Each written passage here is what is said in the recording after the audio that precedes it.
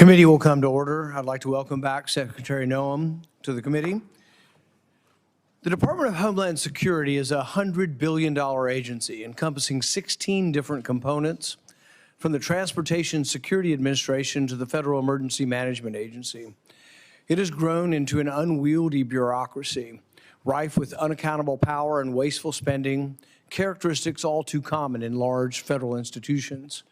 Before your tenure, DHS had quietly expanded its scope, using taxpayer dollars to surveil American citizens, censor speech, and even fund high-risk virus research, all with little to no oversight.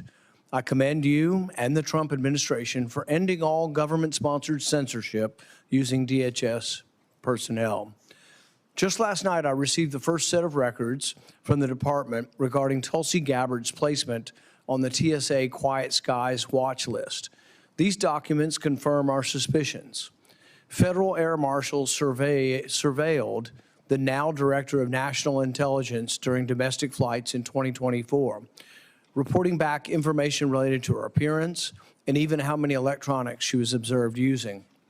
Unfortunately, this is not an isolated case. TSA is not the only DHS component running secretive programs behind closed doors. Most Americans would be shocked to learn that DHS funds both classified and unclassified biological research right here on U.S. soil. Under your leadership, the department has begun producing subpoenaed records revealing deeply concerning experiments with biological threat agents. In one case, researchers proposed combining elements of 2 weakened anthrax strains to re-engineer a version capable of causing disease again. These are experiments that we cannot countenance. You heard that right. DHS was using taxpayer dollars to try to recreate a fully virulent anthrax strain by engineering it from less dangerous components. That sure sounds like gain of function to me. At the National Biodefense Analysis and Countermeasure Center, also known as NBAC, scientists have conducted repeated experiments aerosolizing some of the world's deadliest pathogens, the plague, Ebola, and more, exploring how to increase their lethality and transmissibility. We have documents indicating these experiments have continued during the Biden administration. NBAC, the lab, sits adjacent to NIH's Integrated Research Facility at Fort Detrick, the very same facility where just recently Secretary Kennedy and Director Bhattacharya halted research following a disturbing biosafety instance in which a researcher intentionally slashed another's biosafety suit while handling Ebola. Inexcusable. Afterwards, DHS personnel were reportedly seen padlocking freezers inside the NIH lab. So naturally, I want to know what exactly is the relationship between DHS and NIH at Fort Detrick. What overlap exists between their work? It shouldn't take a personal altercation in a compromised biosafety suit to initiate oversight, but here we are. And why is the Department of Homeland Security, an agency meant to defend the homeland, conducting experiments with pathogens capable of killing millions in the first place? These are questions, and the taxpayers deserve answers. Some might say it's about preparedness, but when does preparedness cross in the line into recklessness? At what point does an attempt to prevent catastrophe actually increase the likelihood of one? This is only the tip of the iceberg of the reckless research quietly being funded out of the Department of Homeland Security, some of it conducted on behalf of other federal agencies under the agency's Work for Others program, obscuring the ability of Congress and the public to follow the money. This isn't just a domestic safety concern, it's a diplomatic one. DHS conducts internal arms control compliance assessments to evaluate whether its projects could violate or appear to violate the Biological Weapons Convention. If DHS is engaging in high-risk virus research that could lead to a catastrophic leak or could be perceived as a U.S. violating the Biological Weapons Convention, then the department isn't securing the homeland, it's endangering it. That's why Congress must pass my bipartisan Risky Research Review Act to establish independent oversight of federally funded gain-of-function research and other potentially dangerous studies. We don't even have a universally accepted definition of gain-of-function, allowing researchers to pick and choose the standards that suit them. That's not real oversight. Secretary Noem, I appreciate your demonstrated commitment to reversing the obstruction of your predecessor and pushing back on efforts by entrenched bureaucrats within the department to delay, redact, and resist oversight. You've inherited a difficult task, restoring accountability to a department that has strayed from its founding mission. This is a pivotal moment. I look forward to continuing to work with you to bring about long overdue transparency to the American people. Thank you, and I recognize the ranking member. Thank you, Chairman Paul. Secretary Noem, thank you for joining us today. The Department of Homeland Security is responsible for a number of critical missions that safeguard our nation, from preventing terrorism to cyber attacks to securing our northern as well as southern borders, and of course responding to natural disasters. I am disappointed in a disappointing departure from prior administrations, including President Trump's first administration. We are holding today's hearing to discuss the department's budget needs without having received a detailed budget request from the President or briefing from the department's components about their budget needs. However, we have seen in just a few short months under the Trump administration how the department has undergone tremendous changes. I have serious concerns that some of these changes are harming, rather than helping, the department in its mission to protect the safety and the security of all Americans. For example, as we head into hurricane season and the wildfire season, the administration has halted critical FEMA programs that support flood mitigation and slashed staff who focus on disaster relief. These are critical resources for states in the aftermath of a natural disaster, and the administration has provided little or no justification for these changes. FEMA has even internally acknowledged that it is not ready for hurricane season, which starts in just 11 days. And despite that, the administration is still planning on shifting the burden for disaster response to state and local governments, which will put Americans at grave risk the next time disaster strikes, which is inevitable. Similarly, at a time when we are facing increasing threats from cyber attacks, the administration plans to drastically cut our nation's primary cybersecurity agency, CISA. CISA is supposed to be finalizing a rule required by law that this committee passed to improve cyber incident reporting to better protect our critical infrastructure from cyber attacks.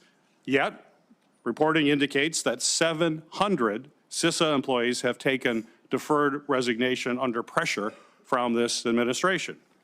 CISA's work on election security has stopped, and the agency's advisory committees have been shuttered. These actions make us less prepared to address cybersecurity attacks.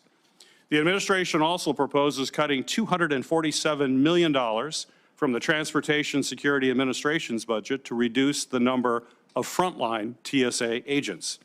At a time when air travel is at an all-time high, and we are entering the busy summer travel season, these cuts only threaten to make our skies and the flying travelers less secure.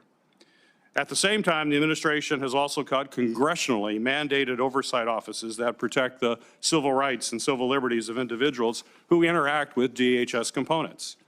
These offices were put in place to ensure that DHS personnel can conduct their important national security missions effectively, while safeguarding the rights of the people in this country. Shutting these offices down not only puts Americans at risk, it also is a violation of the Homeland Security Act itself. Despite several inquiries into your office for more information, I have yet to receive sufficient explanation for these actions.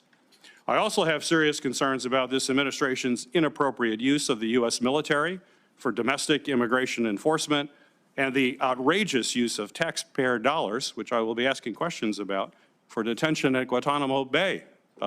Certainly anyone concerned about prudent use of taxpayer money should be outraged by what's happening down there.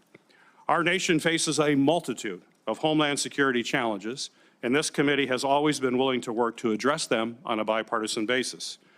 Secretary Noem, when we first met prior to your confirmation, you gave me a commitment that you would work with me to address the many threats facing our nation. And I hope today's hearing will be an honest discussion about the resources the department needs to do just that. And I welcome having that kind of discussion.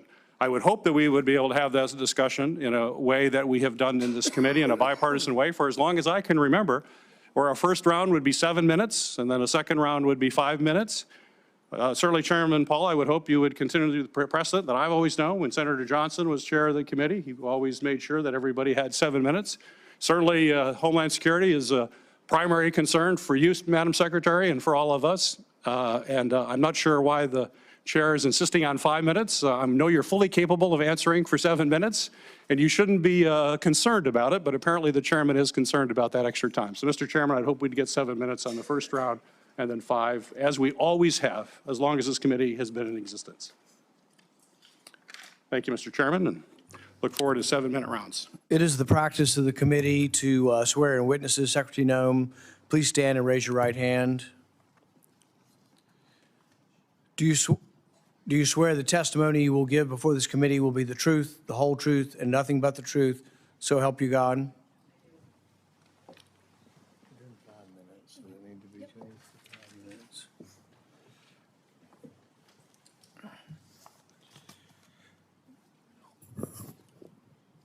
Secretary Noem, thank you for appearing today. As you know, I've been concerned for a long time about gain-of-function research. I commend the President and the administration for having an executive order to stop it. Some of the problems are in the definitions of it. You know, Anthony Fauci said if it's an animal virus, it can't be, it cannot be gain-of-function. And yet animal viruses can be trained to infect humans. And we think that's what happened ultimately with COVID-19. We think some of the dangerous research is going on at the lab controlled by DHS. Have you begun to look into this? I know Secretary Kennedy said that you and he will be going out, and I've requested permission to attend that as you go out to look at these labs. Have you looked at these labs any yet to get a feeling for what gain of function? Mr. Chairman, are we going to have opening comments from the Secretary, or are we skipping that as well? Oh, I neglected that. I went right into questions without doing that. So let's start It's your committee, again. Mr. Chairman. Let's start again. Secretary Noem, you are recognized for your remarks. Okay. Thank you, Mr. Chairman, and thank you, Ranking Member Peters, for the honor of allowing me to be here today. Thank you to all the senators for your participation and oversight into the Department of Homeland Security. I'm looking forward to visiting with you about all of the accomplishments that we've been able to tackle these first several months of this Trump administration. I'm also blessed to have my husband with me today, so I thank him for his support and my family's support as well as I fill this role for our country. Having previously served 8 years as a member of Congress, it's my distinct honor to be on this side of the dais today as the Secretary of the Department of Homeland Security. Today, I'm proud to discuss all of our accomplishments since President Trump took office, and he has set us a full agenda as a priority. High on the list is the mandate, and was the mandate on the very first day, to secure our southern border and to start deporting illegal criminal aliens. The border crisis is the biggest problem that was facing our country, and it was one that was imperative to fixing for our nation's future. We're solving this crisis at a record pace, and we have delivered the most secure border in American history. We've obtained near complete operational control of the border, with daily encounters down 93% since President Trump took office. And because we're fixing this biggest challenge so quickly, President Trump can focus on other priorities as well and problems that are facing the American people. Let's just look at the last 10 days. Last week, he signed a historic prescription drug reduction and pricing executive order that will slash prices for the American people. After that, he went on a trip to completely rewrite America's relationship with the Middle East. During this trip, he secured trillions of dollars of new investments in the United States with several Middle Eastern countries. He's also taking steps towards rebuilding our relationship with Syria. The last living American hostage held by Hamas, Eden Alexander, was finally released and returned home to his family. He announced major new trade deals with both China and the United Kingdom. And just yesterday, President Trump jump-started ceasefire talks between Russia and Ukraine. And with only the kind of leadership that President Trump could provide, we prevented the breakout of an all-out war between India and Pakistan. These historic accomplishments were possible because President Trump confronted right away the chaos at the southern border. President Trump can continue to not only make America safe, but he can also continue to work to make the entire world safer. Now, at the Department of Homeland Security under President Trump, we've already delivered a drastic turnaround in Homeland Security, from the southern border to our Coast Guard to cyberspace. And we're just getting started. The secure border has allowed our men and women of law enforcement at DHS to zero in on fighting cartels and their illicit activities. Under President Trump, we have designated 6 cartels and 4 dangerous criminal gangs as foreign terrorist organizations. This has allowed us to take a whole-of-government approach to going after these murderers and these drug traffickers. In March, fentanyl traffic at the border fell 54% compared to the previous year. And once again, the United States is enforcing immigration laws to arrest, identify, detain, and remove dangerous illegal alien criminals. We're prioritizing those that are a public safety threat to people, especially those who are affiliated with the terrorist organizations MS-13 and Tren de Aragua. Customs and Border Protection has worked to enforce President Trump's America First trade agenda, and the Biden administration's trade policies that hollowed out America's industrial base have been changed. We are no longer shipping our jobs overseas. Instead, we're using tariffs as an effective negotiating tool. The Department of Homeland Security is reforming emergency management in this country. We have the FEMA Review Council, which will be doing the work to make recommendations and also work with this body to change the department into something that actually gives more local and state control. And that first council meeting is today. We are also taking steps to defend the nation's transportation systems, which are vulnerable targets for attack. The Transportation Security Administration is responsible for ensuring all of the safety of individuals who travel. In a single day, there are 45,000 flights and nearly 2.9 million Americans and passengers in the United States. We're also fulfilling our obligation, and did do so, to implement Real ID, which was enacted and put in law over 20 years ago.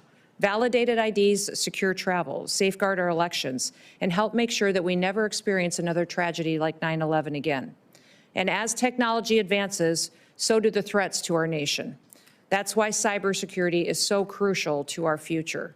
Countries like Communist China have the capability and the intent to infiltrate and to potentially disrupt our critical infrastructure systems. Despite these threats, the Biden administration instead used CISA to promote politics and police speech. Under President Trump, we've been working to get CISA back on its intended cybersecurity mission.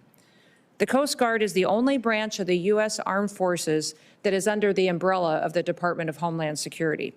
It has many missions with specialized needs. And as we secure our southern border, the cartels have shifted their activities out into our maritime borders. The Coast Guard has already surpassed fiscal year 2024's drug interdiction numbers just since President Trump took office. And they have also excelled at search and rescue while interdiction of illicit substances as well. Still, the Coast Guard is facing our greatest readiness crisis since World War II. We have a plan to reinvigorate this critical component to make sure they're ready for the future. And with Force Design 2028, we will transform the Coast Guard into a more agile, capable, and responsive force.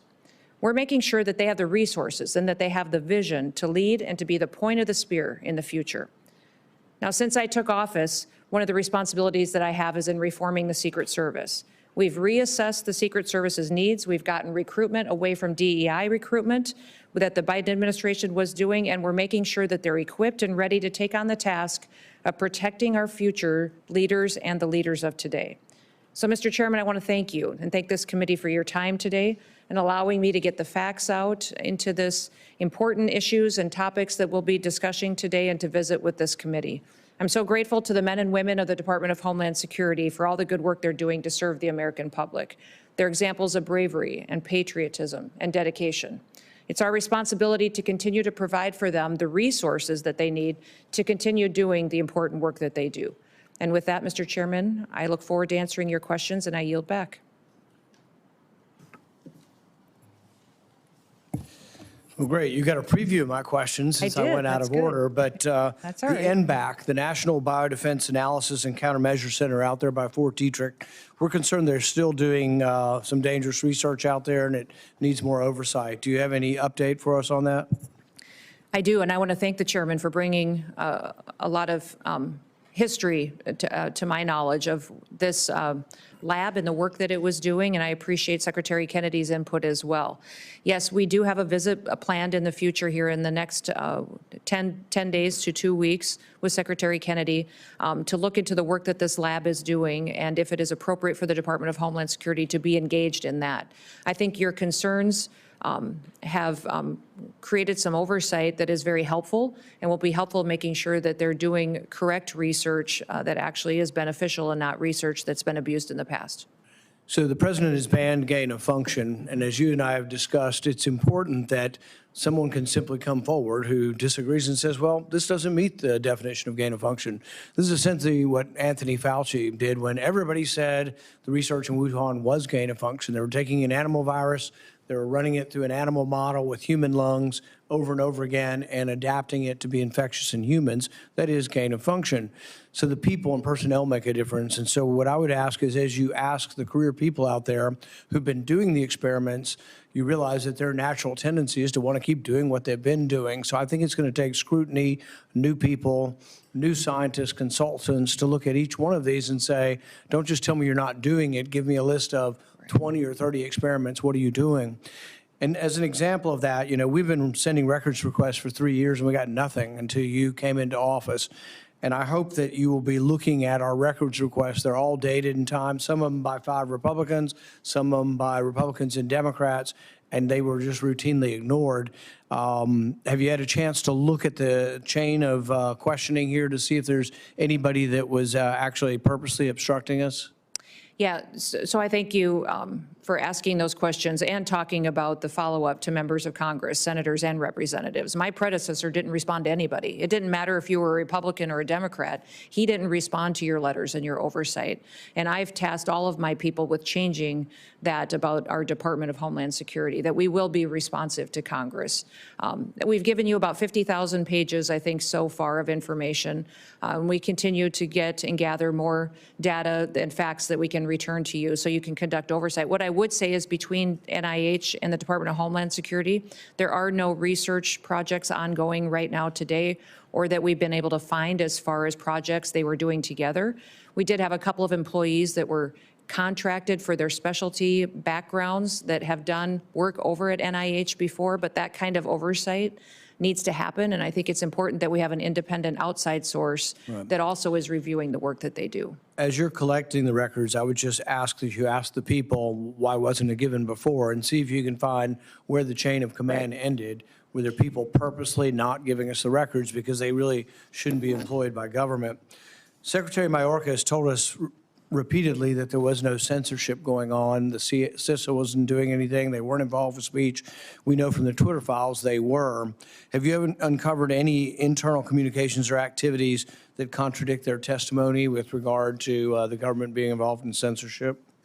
Yes, sir. We have literally found thousands of documents that have proven that they were involved in censorship and policing speech. So we will be unveiling these to this committee and making sure we're exposing what CISA was doing with a vast majority of its time of certain employees. And some of the discussion I think we'll have here today is about getting CISA back on mission and some of the reductions in staff that have been over there. And that's reflective in the fact that many of them were doing work that they shouldn't have been doing. And I hope you'll look at our bill, the Risky Research Review Act. Administrations do a lot of things and a lot of good things, and then they go away when the next administration comes in. The good thing about this legislation, it would be a presidential commission of scientists to define on a continual basis what is or isn't gain of function, to rule on that. It's been voted by in a bipartisan way. It was a unanimous vote out of this committee. It's one of the few things in Congress we actually, I think, have bipartisan support for. So we hope the administration will look at that and consider making a public endorsement of that. Okay. That way we can make permanent the things you're trying to do to constrain gain of function. Thank you for that, your testimony. And with that, I recognize Senator Peter. Thank you. Thank you, Mr. Chairman. Secretary Noem, thank you for being here again before the committee today. I also appreciated the time we spent yesterday morning on the phone discussing a variety of issues, and I look forward to those kinds of discussions continuing in the future. As you know, the protections for sharing information under the Cybersecurity Information Sharing Act of 2015 confusingly referred to as CISA 2015, but it deals with the information sharing, expires at the end of September. This is a critical authority that applies to information sharing across the federal government, not only to CISA, the agency, but it also allows the agency the ability to have robust and timely cyber threat information shared between public and private sectors, as well as among private sector companies, so folks have an understanding of the threat landscape that's out there and have full awareness of what's coming at them by nefarious actors. Does the administration support the extension of this incredibly important authority that I've been hearing about from a number of stakeholders that they're very concerned it's going to expire? Does the administration support the extension? Yes, we do. Thank you, Senator Peters. It's a very important piece of legislation. Does endorse it for 10 more years, which I think is a long enough time frame for us to really make sure that we have the stability we need in this area to create those kind of partnerships you were talking about with private industry. We need their expertise and their knowledge and their interaction with those across the world that hate the United States of America to come in and cooperate with us to make sure we're prepared to secure our systems and our critical infrastructure. Great. Well, I look forward to your support, the administration's support, so we can pass this extension, a 10-year extension, before it expires. You're absolutely right how critical it is. Secretary Noem, I'm also concerned about the increasing number of security threats that we're seeing from drone incursions to public spaces, to airports, critical infrastructure sites all across our country, as we spoke about yesterday morning. Just last week, a man in Michigan was arrested after he allegedly tried to attack the U.S. Army's Tank Automotive and Armaments Command facility at the Detroit Arsenal in Warren. According to prosecutors, the man flew a drone over the facility to conduct operational reconnaissance, further highlighting the need to ensure that law enforcement is properly resourced to deal with this growing threat. While I understand that there are safety concerns with the technology that need to be addressed by the FAA, I would like for all of us to work together to reauthorize DHS and DOJ's counter-drone authorities that also expire at the end of September, because this threat, as you know, is not going away. Last Congress, Senator Johnson and I introduced a bill, S-1631, that I think is a good starting point. So my question for you, Secretary Noem, is can I get your commitment that we can work together to not only reauthorize these authorities on a long-term basis, but actually strengthen those authorities to make sure we deal with this persistent threat? Yes, Senator Peters, I'll take a look at your legislation specifically, but we do need to reauthorize the authorities that we do have in order to address not just our Homeland Security day-to-day activities, but we're hosting some very large events in this country that will, I think, challenge our ability to secure that many large events at one time. So having those kind of authorities and addressing what we can do to cooperate with states and local governments and cities in locations where big events happen would be very important to do that. So you're right, the expansion of those authorities needs to be looked at to make sure it's appropriate, but also gives us the tools we need to keep people safe. We've got the Club Cup coming this summer, the World Cup next summer, which will be 10 million ticketed people, 22 million people that will be involved in the activities surrounding it. The Olympics coming. It's important we address this now so we can be proactive. Yeah, absolutely. Well, I appreciate that. Senator Johnson and I would appreciate it. And our biggest supporter for our bill is actually the National Football League, who have real concerns about their games. We've already had games interrupted, and it could be more serious at some point. Secretary Noem, 2 weeks ago during a Senate appropriations hearing, you told me very clearly to the questions that I had that CISA was, quote, back on mission, end of quote. If this is accurate, my question is, why is the administration proposing to cut $500 million from an agency's budget for an agency that's on mission right now, when those activities you previously described as off mission, specifically election security work, cost about $20 million. Those folks have been let go. They're no longer there. I can understand a cut of $20 million, but this is a cut of $500 million. So specific, if you could tell this committee what specific activities or departments at CISA does the department plan to cut as a result of these very large proposed cuts? And if you could please give some specific examples of offices and programs. And as you know, the CISA statutory requirements are extensive. You have a lot on your plate. You have a lot to cover. You need to have resources to do that. But this is a pretty significant cut in funding, and we need to know exactly what protection will not be offered after these cuts go into effect. Yeah, we will continue to fulfill all the statutory requirements that the Department of Homeland Security has and has given to CISA as in the work that it does. Putting it back on mission means that it fulfills the responsibility of why it was created, and that's to be the cybersecurity agency of the nation, to go out and secure our critical infrastructure, work with small and medium-sized businesses and states and localities to give them the insight and wisdom they need to make sure that they're not vulnerable to hackers or nefarious activity. Getting rid of censorship, getting rid of the Ministry of Truth at CISA, the employees that were duplicative, that were fulfilling roles that wasn't related to cybersecurity was something that we addressed. I would say under the president's budget, cybersecurity is only strengthened, and we're doubling down on the need to build private and partner with those individual industries that have the expertise and knowledge that we've lacked for so long. And they're looking for some more abilities to do new things for this country as far as giving us insight into nefarious activities.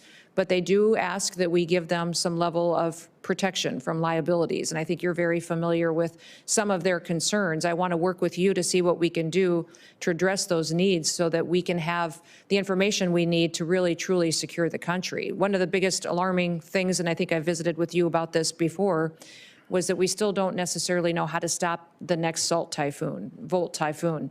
And private industry can help us with that, with their knowledge. They see things that we don't, and that partnership could be strong and make sure that we're not just spending more dollars with no means to an end, that we actually have an end that relies and ends with a more secure United States of America. I look forward to working with you on that. Thank you. You bet. Senator Johnson. Thank you, Mr. Chairman. I'll point out the ranking member did get 7 minutes. Sorry. Madam Secretary. No need to be sorry, Madam Secretary. Maybe. Madam welcome. Thank you for your service. I think you've probably seen this chart. Yes. Why don't you bring it a little bit closer here? For the first time, I've brought this chart and it's showing good news. For the previous 4 years, it described a disaster, a catastrophe, a clear and present danger to this country. And one of the reasons I want to point it up here is to point out how we were lied to during that entire 4-year period by the administration, reinforced by our colleagues on the other side of the aisle, saying we had to have Congress act. You know, we needed legislation. Right. But the fact of the matter is, no, we just need a new president. We need President Trump. Now, I would have been happy to pass a bill to reinforce President Biden's authority to secure the border, but he didn't want to. I think what's clear about this chart is you can see when President Biden was considering re-election, he realized the catastrophe at hand was becoming politically unpopular. And so he used the executive authority that President Trump had used to secure the border in his first term. And he started actually making progress on that. So again, it's just important the American people understand that for 4 years, the Biden administration, reinforced by the folks on the other side of the aisle, lied, bold-faced, that President Biden didn't have the authority to secure the border. He wanted an open border. That's exactly what he got. Now, the question I have for you off this chart is, in his first term, took President Trump about 12 months to go from his peak of almost 5,000 encounters per day to a little over 500. You know, remain in Mexico, the agreements he had with the third countries, that type of thing. How could he do it so swiftly this time? This is literally a matter of months. In February is 418 encounters per day on average. In March is 355. And this is stunning success. I just kind of want to get your reaction in terms of how he accomplished it, how you guys accomplished this. You know, I would say, Senator, that the president used not only the laws that were already on the books and started enforcing them, he also made sure that he talked about it and messaged it. Throughout the campaign, he talked about the need for a secure border. What we need to remember constantly in this country is that the world listens to everything that we say and what our leaders say. And he told me specifically when he nominated me for this position, I don't want you just to go and run the Department of Homeland Security, secure the border, and make sure that our agencies are back on mission. I want you to tell the world what we're doing, because the only way they're going to stop coming to this country is if they know never to leave their home country. If they know that we're enforcing our laws, they will stop coming. And that's exactly what's happening. Because of our messaging, because of the fact that we have actively talked in Guatemala, in Honduras, in Mexico about don't come to the United States anymore illegally. There will be consequences. They have stayed there. In fact, we're showing now in the Darien Gap that it's reverse migration, that people that got to Mexico never even made it to the border. Now they're turning around and going back home. When I was in Mexico visiting with the president there and with government leaders, she said, specifically, they think there could be 500 to 600,000 people that just stopped in Mexico that turned around that were never even countered that reached our border. I think that's why in March you saw less than 200 encounters a day, and it was a historic low for this country in encounters, and it was because not only did he enforce the laws and show there would be consequences if you broke our laws, which is what our country was built on, he also made sure that we talked to the American people about why we were doing it, that it was for our safety and for our future, and that also to these other countries that it was no longer going to be the status quo of Joe Biden. And of course, that's a sea change the Biden administration welcomed. I mean, they encouraged, Correct. incentivized people to come here. This is a budget hearing. I do want to ask, in the first Trump administration, I have best information, we built something like 458 miles of walls, cost about $6.6 billion, about $14 million per mile. Your budgetary request right now is for $46.5 billion, a lot more. That would, at the same price, build something more than 3,000 miles. So can you kind of square that circle or circle that square, whatever? Can you explain exactly what are you asking for in that $46.5 billion? Why is the request so high when we were able to build so many miles in the first term for a lot less? Well, today the estimates are that building steel bollard wall will be over $12 million a mile, is what they're estimating. We have built about 70 miles of wall since the president has been in place, but that's been a mixture of permanent steel versus temporary versus a little bit of buoy barrier where it's appropriate that are waterborne. So again, the 12 million is less than the 14 million I had calculated. Yep. That would be way more than 3,000 miles. Are you really planning on building 3,000 miles? The problem that we have at the border right now is that we have CBP cameras and towers that don't work. We have some authorities there with the FAA on infrastructure that helps us do surveillance of areas where there isn't a wall that is not even operational. I would say 1 out of 3 actually are functioning today, which makes the individuals that are there work even harder. And we know that we talk about gotaways and what happens today. The truth is that there's portions of this border that we still don't necessarily know what happens there 24/7. So we need. We're $37 trillion in debt. I'm just going to ask Yes. that you and the department sharpen your pencil on that wall request. Yes. I think it's more than you need. Yes. Okay. Again, I'm happy to provide the support you need to secure the border, do the deportations, but we need to be very concerned about how much we're spending, and it needs to all be justified. Thank you. Thank you. Senator Hassan. Thank you, Mr. Chair. Good morning. Good morning. Madam Secretary. Secretary Noem, the White House Deputy Chief of Staff recently said that the Trump administration is actively looking at suspending habeas corpus. Last week you were asked about this, and I want to clarify your position because it's obviously really important to get this right. So Secretary Noem, what is habeas corpus? Well, habeas corpus is a constitutional right that the president has to be able to remove people from this country and suspend their right let me stop you, ma'am. Habeas corpus, excuse me, that's incorrect. President Lincoln used it. Excuse me. Habeas corpus is the legal principle that requires that the government provide a public reason for detaining and imprisoning people. If not for that protection, the government could simply arrest people, including American citizens, and hold them indefinitely for no reason. Habeas corpus is the foundational right that separates free societies like America from police states like North Korea. As a senator from the live free or die state, this matters a lot to me and my constituents and to all Americans. So Secretary Noem, do you support the core protection that habeas corpus provides, that the government must provide a public reason in order to detain and imprison someone? Yeah, I support habeas corpus. I also recognize that the President of the United States has the authority under the Constitution to decide if it should be suspended or not. It has never Let us be clear, though, that this president... It has never been done without approval of Congress. Even Abraham Lincoln got retroactive approval from Congress. So I have been asking executive branch nominees a simple question over the past few months. If the president orders them to break the law, I've been asking, will you follow the law or follow the order? I want to ask you a more specific question here. If the president tries to suspend habeas corpus and a federal court reverses the president's order, will you comply with the court order and uphold habeas corpus, or will you follow the president's directive? We are following all federal court orders and are complying with that, as is the president, and every decision that I make as well. That is obviously not true for anybody who reads the news. There are federal court orders right now, including returning somebody who was deported mistakenly. But to be clear, this is about a fundamental legal right that ensures that we live in a free society instead of a police state that would have a sham legal system like Russia or North Korea. So I'm glad that you have now committed to following court orders. I'm glad you believe in the basic freedom for Americans if ordered to do so by a court. And again, I want just to make clear that it is critically important that even if the president tries to suspend the right of people to know why they've been detained or imprisoned, if a federal court reverses that order, that you will follow that order. And I hope all members of the administration will, because it's obviously critical that some of the people, for instance, who've been deported by mistake, who didn't get due process, be returned in compliance with court orders. So now, let's move on to another issue.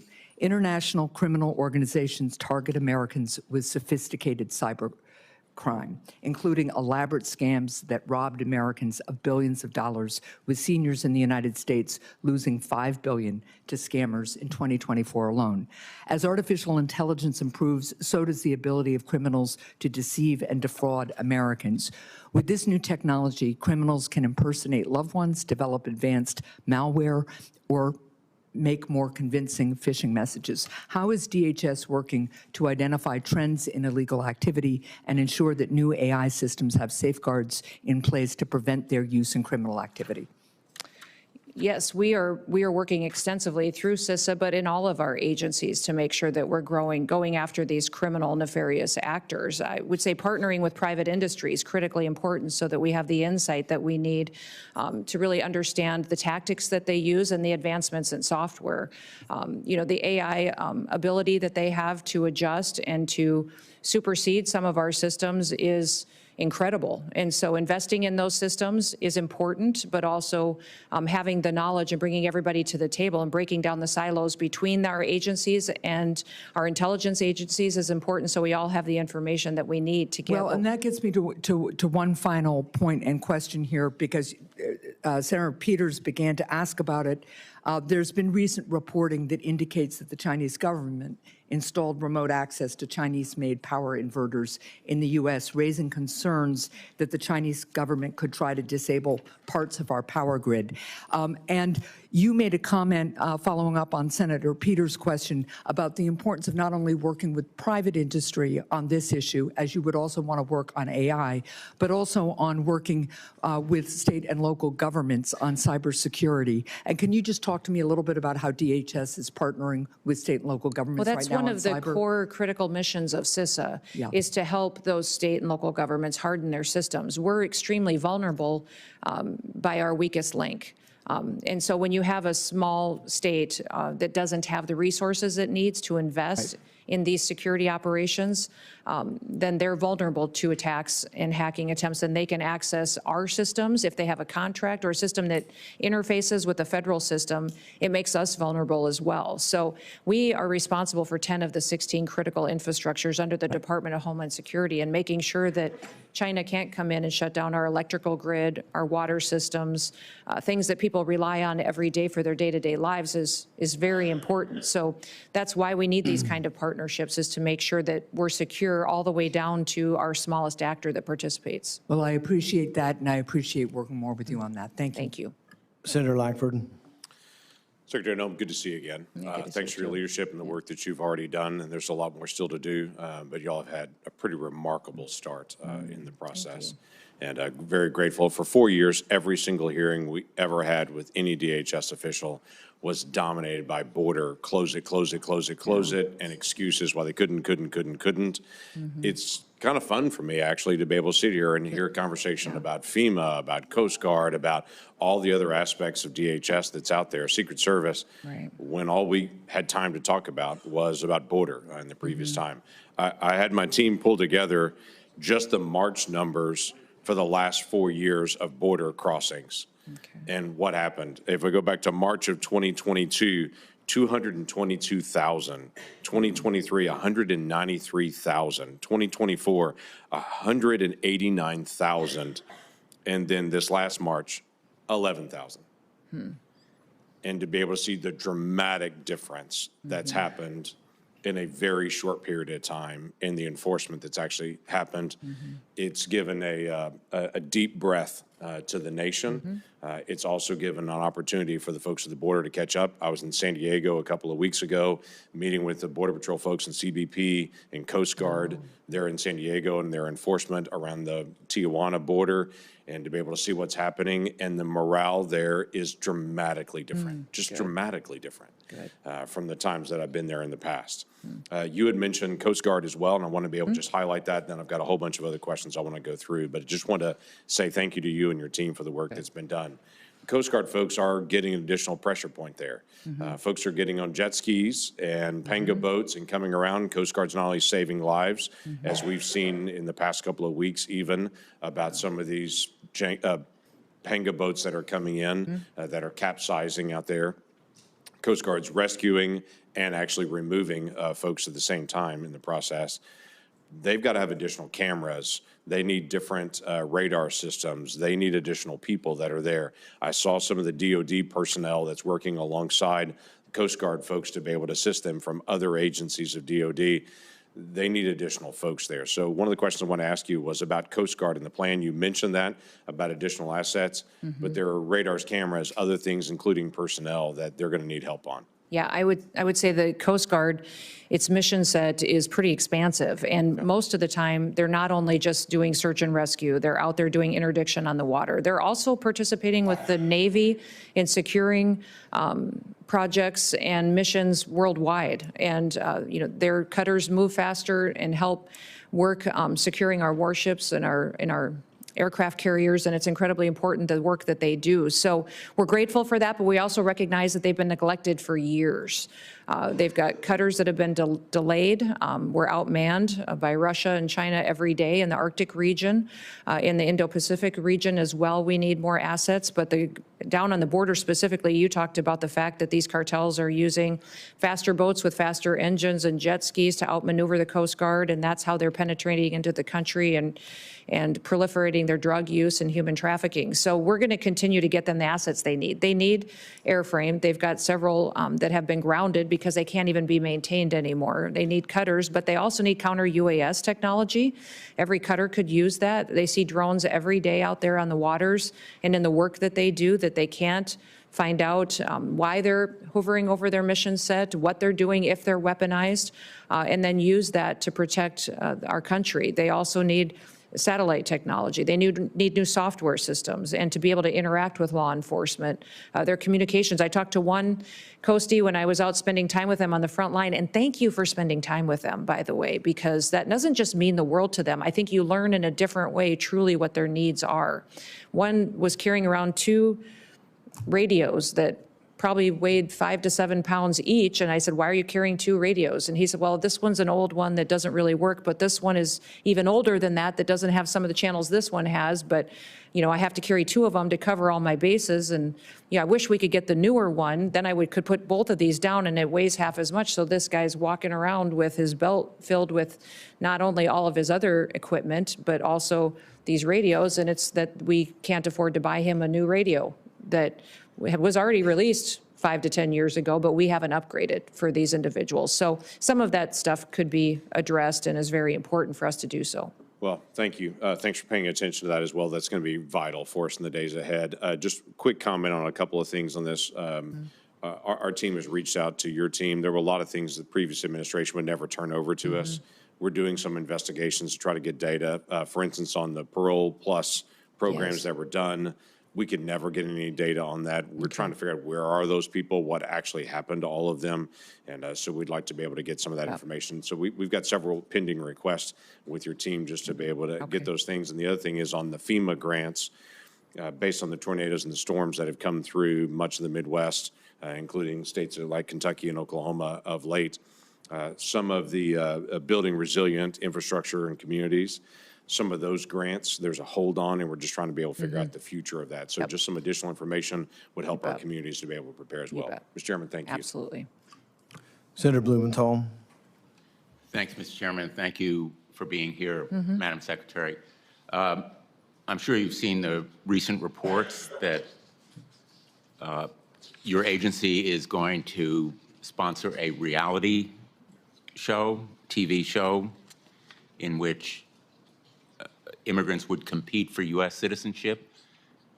Is DHS seriously vetting a reality show for immigrants to obtain U.S. citizenship? Your spokesperson is quoted in the Wall Street Journal. I'm going to ask that article be in the record, Mr. Chairman, if there's no objection, saying that, quote, it's in the very beginning stages of that vetting process. Each proposal undergoes a thorough vetting process prior to denial or approval.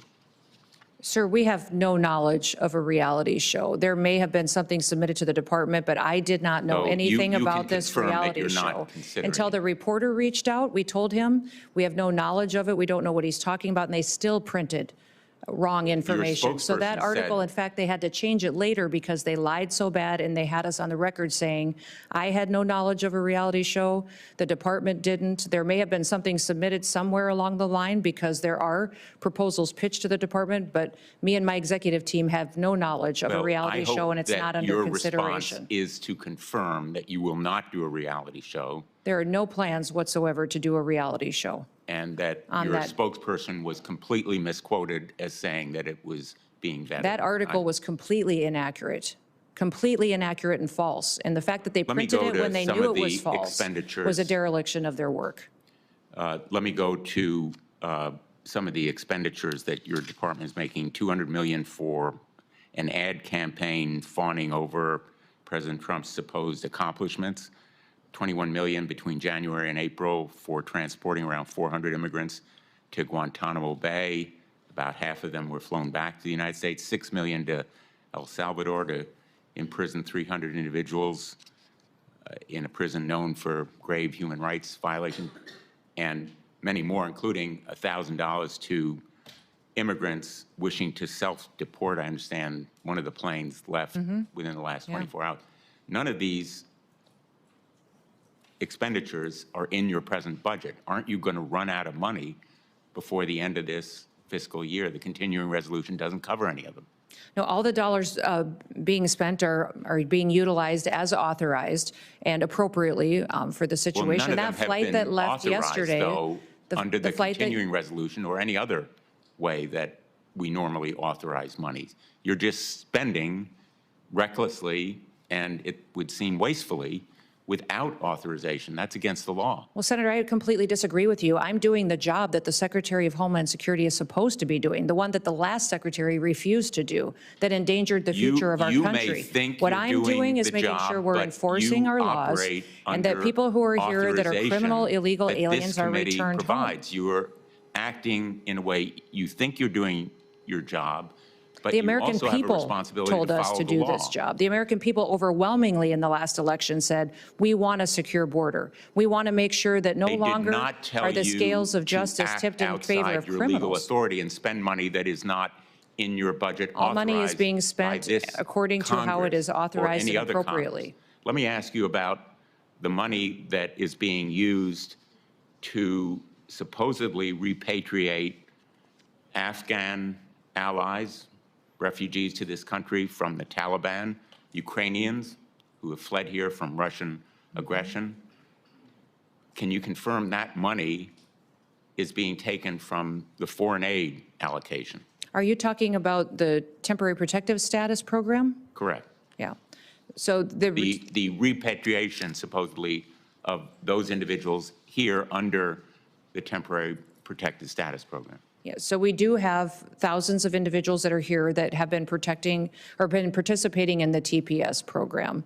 That has been reevaluated to see if that program is still being utilized the way that it is supposed to be, as intended by Congress when it was laid out. But there are If that is documents always that have intended been to be. publicly reported that say the administration is going to use money from the foreign aid program, AID, to send those people back to countries where they will be persecuted, tortured, and perhaps killed. We're encouraging. As the Afghan allies would be. Let me finish my question, Sure. ma'am. Where they will be potentially killed, tortured Afghan allies who served us during our wars there, saved lives of American soldiers and diplomats, are going to be sent back to the Taliban using foreign aid money. Can you confirm that's the plan that's been reported in the Washington Post this morning?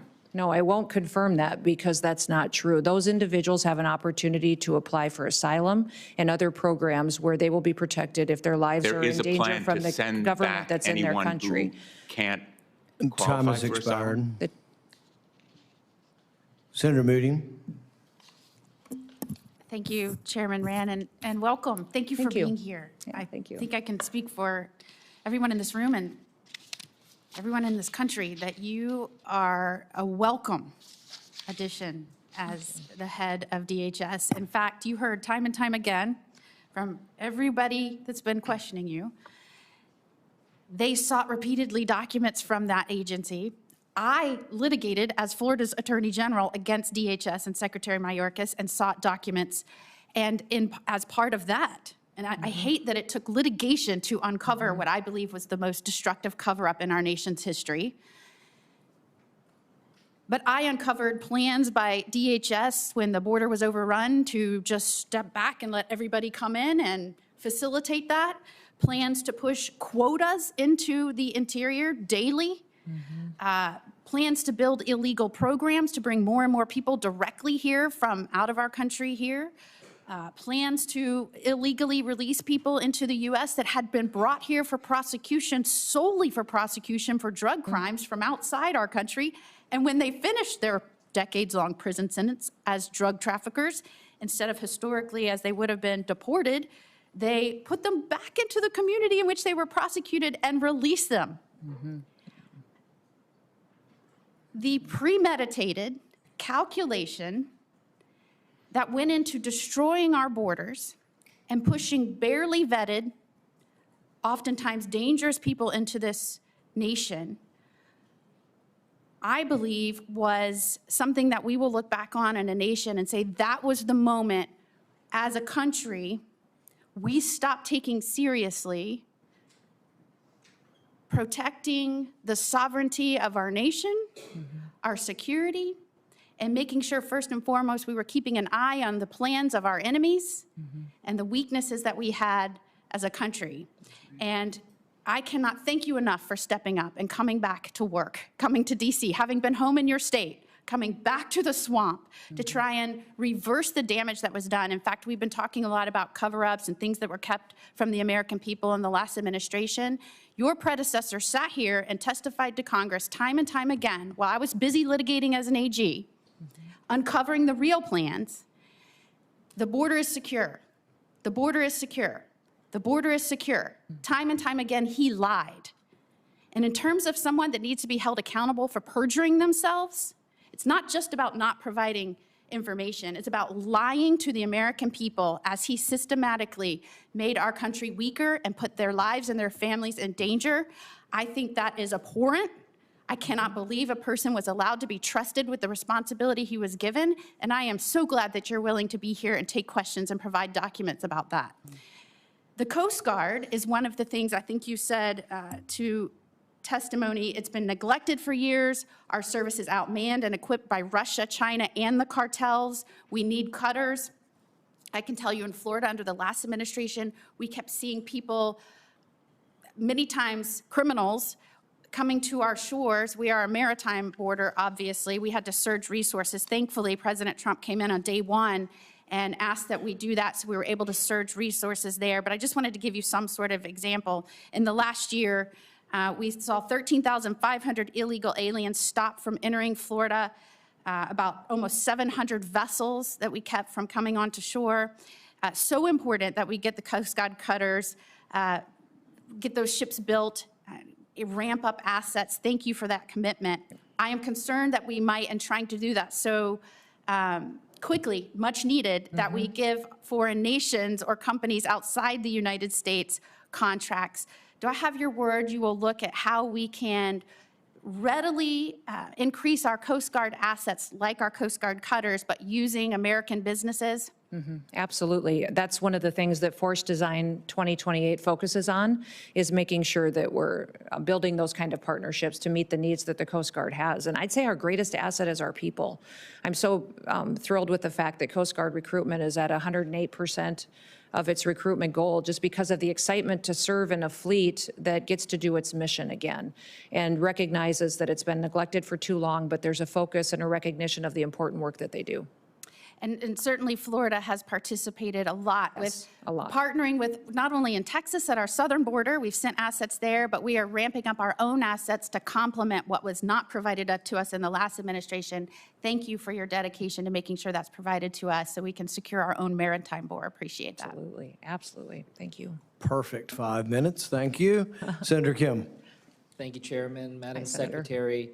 A press release came out from the Department of Homeland Security a couple days ago. It said that members of Congress in New Jersey that went to the Delaney Hall ICE detention facility could, quote, could have just scheduled a tour. I guess I'd just like to hear from you if you can confirm that you understand that members of Congress by law are allowed to show up unannounced to conduct oversight visits of ICE detention facilities. Yes, they can conduct oversight, but Senator, what I would ask is that they understand that that doesn't mean they could show up with a mob with the intention to break in and assault law enforcement officers. That's what happened at Delaney Hall last week. You're familiar is that those individuals and those members of Congress were surrounded by criminals, creating criminal and perpetuating criminal acts. You understand that But when they were you show up already and ask for a within tour, the we facility. facilitated every single tour that every member of Congress has wanted. We've always done that, and we have to, when we have a tour, also make sure that we've addressed security concerns and have enough staff and all of that, and we were accommodating that when those individuals showed up and they decided instead to break in.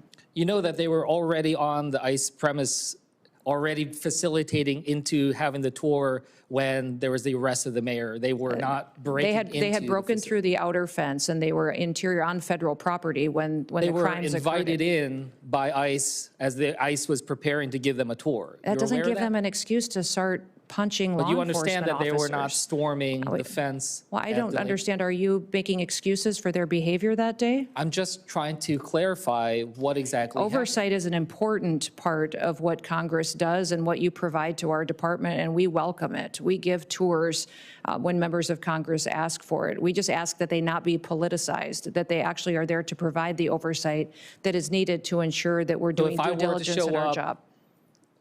And if I were to show up at ICE detention facility unannounced, I would be let in. Yes, I would ask Yes. that you would be allowing us to secure the officers that we need to give you an appropriate tour, that we'd be able to cover the other bases and posts that they would have to leave to come and facilitate that. We may have to call other people in to help cover some I of that understand because some of the the extra time might be- responsibilities, but we I've can done this do that. before. I just wanted to make sure I Yep. heard that from you. I wanted to just go back to something that was raised earlier about habeas corpus. Can you confirm to us that you understand that any suspension of habeas corpus requires an act of Congress?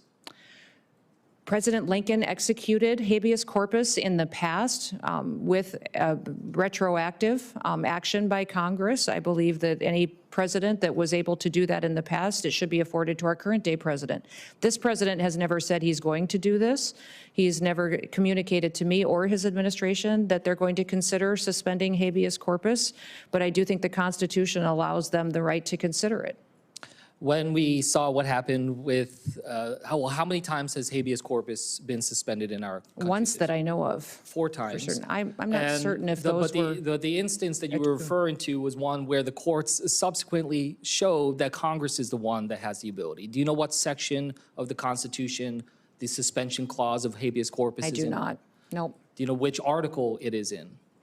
No, I do not, sir. Okay, well, it is The in Article suspension. 1. Do you know Okay. which branch of government Article 1 outlines the tasks and the responsibilities for? Yes, Which one? Congress. Yes.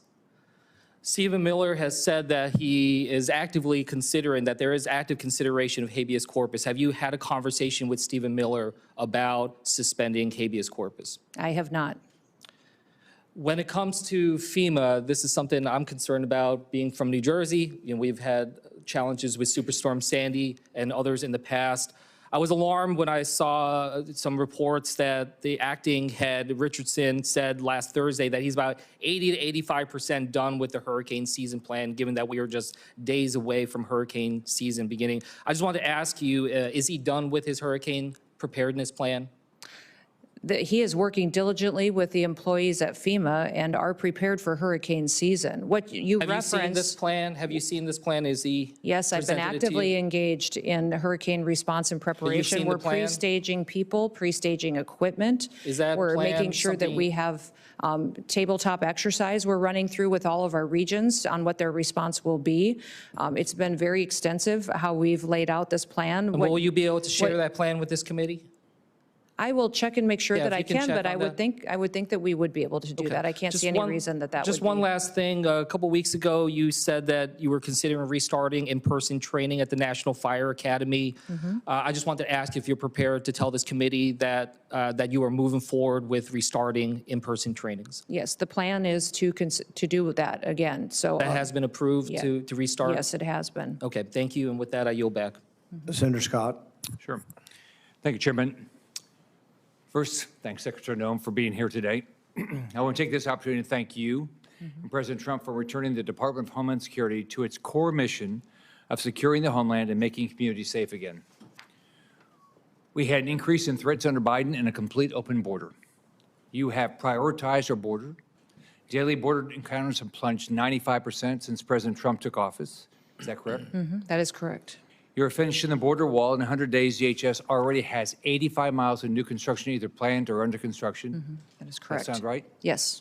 The Trump administration has reunited nearly 5,000 unaccompanied children with a safe relative or guardian after the Biden administration completely lost track of over 300,000 of these vulnerable minors. That sound right? That is correct. The United States Customs and Border Protection and the U.S. Coast Guard have seized nearly 232,000 pounds of fentanyl and other illicit drugs, stopping them from ever reaching American communities or Florida shores. Sound right? That is correct. And you are bringing accountability to the agency. It's incredible what we can do with a willing partner like you and President Trump, who actually want a secure border and enforce our laws. Secretary Mayorkas testified repeatedly before this committee and lied to my face, saying that our border was secure. Clearly, it was not. Worse, the Biden administration dismantled every process and system we had in place to secure the border and allowed millions of illegal aliens, including hundreds of known terrorists, to come into our country unchecked and unvetted, wreaking havoc and bringing drugs. They were welcomed into our country by Mayorkas and the Biden administration. Secretary Noem, you've been working for months to fix the mess your predecessor left behind. Is the border secure? Yes, it is. Besides additional resources, which you clearly need, what legislative fixes do you need from Congress to maintain a secure border? Well, Senator, thank you for the question. This border is the most secure border that we've ever had in the history of the United States of America. But what we need to do is address the areas that are still vulnerable.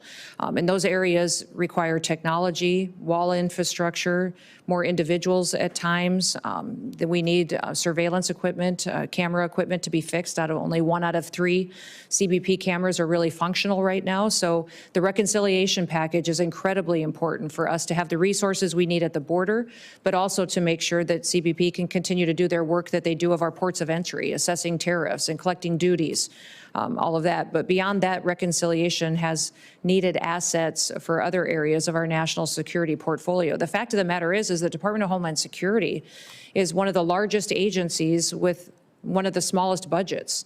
And the task that we have taken on is gotten more and more complicated all the time as things move online, cybersecurity, bad actors get more sophisticated. And now we've let these dangerous terrorists and cartel members into our country, in the interior of our country, that threaten the American public. They need to be removed and taken out, and we're fighting a court system at times as well. So that reconciliation package makes sure that we're able to do due diligence and the work that we do and really assure the American people that we're on watch for them. Beyond that, Remain in Mexico policy to be codified would be incredibly important to make sure we have stability in that policy going forward. Some clarity and credible fear would be wonderful to have if this body would choose to tackle that. That would help us not have to deal consistently with court challenges and tie us up fighting that battle when we really should be addressing security concerns. Miami is one of the 11 U.S. cities hosting matches for the upcoming World Cup. Can you discuss how DHS is preparing for that and how DHS is working with the state and the locals to make sure they have everything they need for a successful and secure event? Yes, we are working diligently with FIFA and other entities to ensure that cities and states have the assets that they need. This will be an unprecedented world event. It'll take place in 3 different countries and many cities across our country, but also Mexico and Canada, and it will take place over a month. It's the equivalent to 10 different Super Bowls, and we will at times have 11 different matches going on in the country on the same day, and making sure we're supporting security operations in all of these cities is imperative. So having the conversations now, there's meetings happening almost every single day between our department, the White House, the federal government, and FIFA and these cities, to ensure that we have the protocols in place, the guidelines in place, universal approach to how they're going to be applied, and then what we can do to secure not just the ground and territory and access to these events, but also the air space above it. We need counter drone technology. We need to have jurisdiction to be able to make sure that we're dealing with those threats as they present themselves, but also make sure that we have the men and women that are trained and prepared to secure them going forward. It will be safe and it will be secure. It's a lot of work because we've never done anything like this before, though. Well, thank you for all your hard work and your team. Thank you. Appreciate it. Senator Slotkin. Thank you, Chairman. Thank you for being here. You know, Michigan's a border state, so we need each other. We have a very big bridge that's being inaugurated, ribbon cut in September. We need that to be fully staffed. We have a lot going on in Michigan as a northern border state, so we need each other. But what I'm concerned about is that you've taken the mandate to close off the border beyond going after, as you say, the, quote, most dangerous illegal immigrants. I'm a CIA officer. I worked my entire life to protect the homeland. If someone's here illegally, they need to not be here. They've committed a crime by being here. They need to go back to wherever they're from. But my concern is that either through sloppiness or intent, you have gone far beyond going after the, quote, most dangerous illegal immigrants and gone into legal immigrants who were given the ability to be here, and even American citizens. And when I think about that, you know, there are lots of people in this country, including me, who have families who fled this kind of environment where they have no rights, where they have no due process, where they don't have habeas corpus. So while I'll be the first to say, coming from a state that was won by Trump, that there is a mandate to do something about the border, I think it is absolute dangerous overreach to go beyond that and start picking up American citizens and people who have the legal right to be here, lawful immigrants who have done everything right. So first and foremost, do you acknowledge that your department has made some mistakes, any mistakes, in going after either American citizens or legal immigrants here in the time that you've been in office? We have not deported any U.S. citizens. Detained? Or people get interviewed. If they get interviewed and they go through that process and if we find that they're U.S. citizens or legal immigrants, they stay in the United States. Have you deported We have to go through the vetting process. Have any American citizens, including children, been deported during your time in office? We have children that mothers have chosen to keep with them. So those By my mothers count, have you made have 10 American citizens, the- including children with cancer, who have been deported out of the country. I understand you're saying it's their choice. But the It's mothers- hard the to mothers- imagine, the hard to mothers imagine chose to keep a their small children with child having a choice. But have you gone after legal immigrants? Again, your standard in your opening statement was the most dangerous illegal immigrants. Does that include PhD students and master's students at colleges across the country, unarmed? Are they the most dangerous illegal when they have status and no weapons? I don't decide who gets status through a student program. This Department of State Yes. decides that, and we enforce it. Oh, come on. That's what our Department of Homeland Security does. I just would offer Those that, student again, I have programs, I have no qualms with going after folks who are here illegally. That is not my concern. That was part of my job, was to prevent people from coming here illegally in a former life. My concern is you're sending a chill down the spine of America by going after people who either have legal status or American citizens.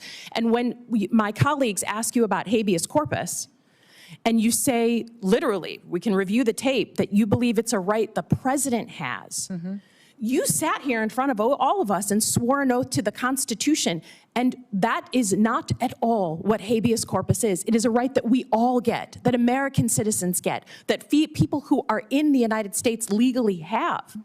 So my concern is it's complete overreach. I don't think American citizens, even those who voted for Trump, believe that you should be able to just grab someone off the street, sloppy, who has the legal right to be here, and certainly an American citizen. And I just am concerned that while you say you're going after the most dangerous folks, what you're actually doing is going after folks for political reasons, right? A PhD student that's We are unarmed absolutely is not not doing at the that. And top we're not of the deporting U.S. citizens, and we're not deporting Well, 10 people of them who have have been legal deported. status here. 10 American citizens If the children have have been gone with deported. their parents, it's because So their let me parents ask you wanted another them with question them. about cybersecurity. You know, you've cut $500 million from the budget. What specific programs are you cutting?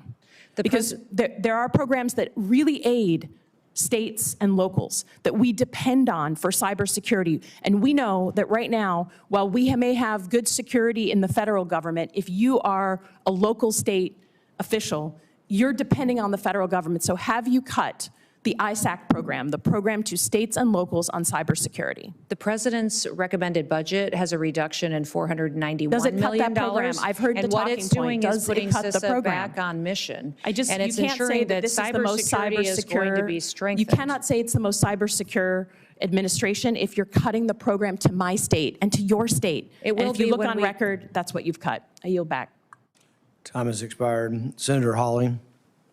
Thank you very much, Mr. Chairman. Secretary Noem, good to see you. Welcome. Congratulations on securing the border in a record amount of time. The last administration came and sat where you're sitting for 4 years and told us it couldn't be done, it couldn't be done. The border was just an intractable problem. It would take years to do it. You did it in the space of really 30 days, and now the United States southern border is secure. So thank you for your tremendous work on that. I want to begin, however, with the situation in St. Louis, which I'm sure you're aware of. On Friday afternoon and evening, major storms ripped through the St. Louis area, as well as southeast Missouri. I'm going to put a picture up over my shoulder here. An F3 tornado cut right through North St. Louis. This is what you're seeing here is pretty typical, I'm sad to say, of the damage. We lost 5 people in St. Louis. We lost another 2 in Scott County, which is down in southeast Missouri, there to the south, a couple of hours south of the city. I spent much of the day yesterday just walking these neighborhoods and talking to residents, and this that you're seeing over my shoulder is what these neighborhoods all look like. These are areas that families have lived here. In some cases, I talked to one individual, one gentleman, and he said that his family had been there since his great-grandmother came to that neighborhood in 1919. So it's that kind of a community, and they are totally devastated. Yesterday afternoon, my governor requested an emergency disaster declaration to expedite FEMA funds to help the state just clean up. I mean, just clean up the kind of rubble now that you're seeing behind me. You've been a governor until very recently. You know how important this is. Can we get your help to expedite the consideration of that request? Again, it was just made yesterday. We need it as quickly as possible. Will you help us expedite that? Yeah, absolutely. I've spoken with your governor and did that day that this devastation happened. And so we've promised and pledged to get that expedited as soon as possible for him so he can have the resources that he needs to respond to his people. And that's one of the failures that FEMA's had in the past, is that people that incur this kind of damage and lose everything, then they sit there for months, sometimes years, and never get the promised critical response that they think or that they believe they should be getting from the federal government. And that's why President Trump believes that this agency needs to be dramatically reformed. I'm glad to hear you say that, and you're exactly right. We've had the situation in Missouri in years past where we've had individuals who have qualified for FEMA aid, including individual assistance. In some cases, they've been awarded the assistance. Right. And then FEMA has come in and clawed it back, or Right. never paid it out, or never sent teams to help. So to have your commitment to expedite this is tremendous. That will be welcome news to the residents of St. Louis. We also have, the state has pending 3 requests for major disaster declarations from earlier storms. We've lost over a dozen people. Well, actually, if you count the folks we lost just on Friday, we've lost almost 20 people now in major storms just in the last 2 months in Missouri. It's been a terrible spring for us. Here again, can I ask for your help? Will you commit to helping for those 3 major disaster declaration requests that are pending? Will you help expedite those, Secretary Noem, and get those in front of the president, get those approved? We are desperate for the assistance in Missouri. Yes, absolutely. Thank Make you. sure the application gets to the White House as soon as possible. Fantastic, thank you. And can I also have your commitment that if and when the president approves a major disaster declaration for this storm that just happened on Friday in St. Louis, will you expedite as much as possible FEMA individual assistance for those who qualify for it in the St. Louis area? Yes. And I want to tell you just how important that is, because as I toured these streets and walked and talked to the residents, what I heard over and over is many of these folks don't have insurance. Yeah. You know, many of these folks, they either got their homes from a family member, or they bought them from a family member, so they don't have a mortgage on the property, and therefore they don't have homeowners insurance. So, as you know, having been a governor, in many instances, FEMA assistance is going to be the only assistance that they're going to get. And I just had a hearing in this committee, in our subcommittee, Senator Kim and I last week, where we talked to major insurance companies who routinely scam people by refusing to pay out the full policy awards that they are due. So I know we're going to be fighting that in Missouri. We've got to have the federal government, where there's individual assistance that people qualify for, we've got to have people be able to get that. Otherwise, we're never going to be able to rebuild these neighborhoods. So you just committed, I think, to expediting that. I appreciate that. Thank you for your help in all of this. And then the last thing we'll say is can you commit also to making sure that the FEMA communication with the state and with individuals is open, is clear, is transparent? You referenced the fact that FEMA is notorious for giving bad information, for slow walking residents, for confusing intake forms that nobody knows how to fill out, for not getting back to people. Can you commit to, as we deal with this disaster in St. Louis and others around the state, that under your leadership, FEMA is going to act with expedition, they are going to be clear in their communications, and they're going to follow up and give people the awards that they need if they qualify for it? Yeah, that's been the biggest challenge of FEMA in the past, is just the delayed response. People are counting on the assistance and it never comes through. And the paperwork is too complicated for an individual many times to complete on their own. They need help and assistance. So that's part of the reforms that the FEMA Review Council will be undertaking. And we've got people that are frontline responders across the country that are serving on that council. And we'll take your insight as well. But we'll continue to expedite what we can with the framework we have in front of us, but do better diligence than the last administration on how we take care of people. Fantastic. Everything you said today is going to be very, very welcome news in St. Louis and the rest of Missouri this morning. Thank you for being here. Thank you for your service. Thank you, Mr. Chairman. Thank you. Senator Fetterman.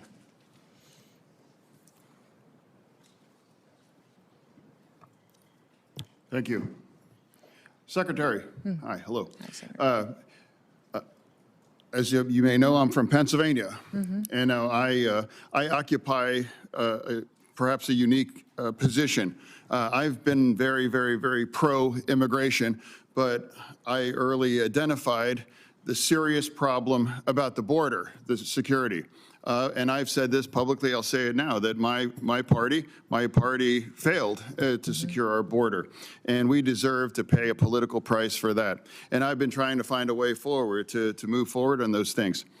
I voted for you. Not because you and I agree on a lot of political things and we're in different parties, but you're the secretary and I'm a member of this committee, so I believe we have to find a way to work forward together.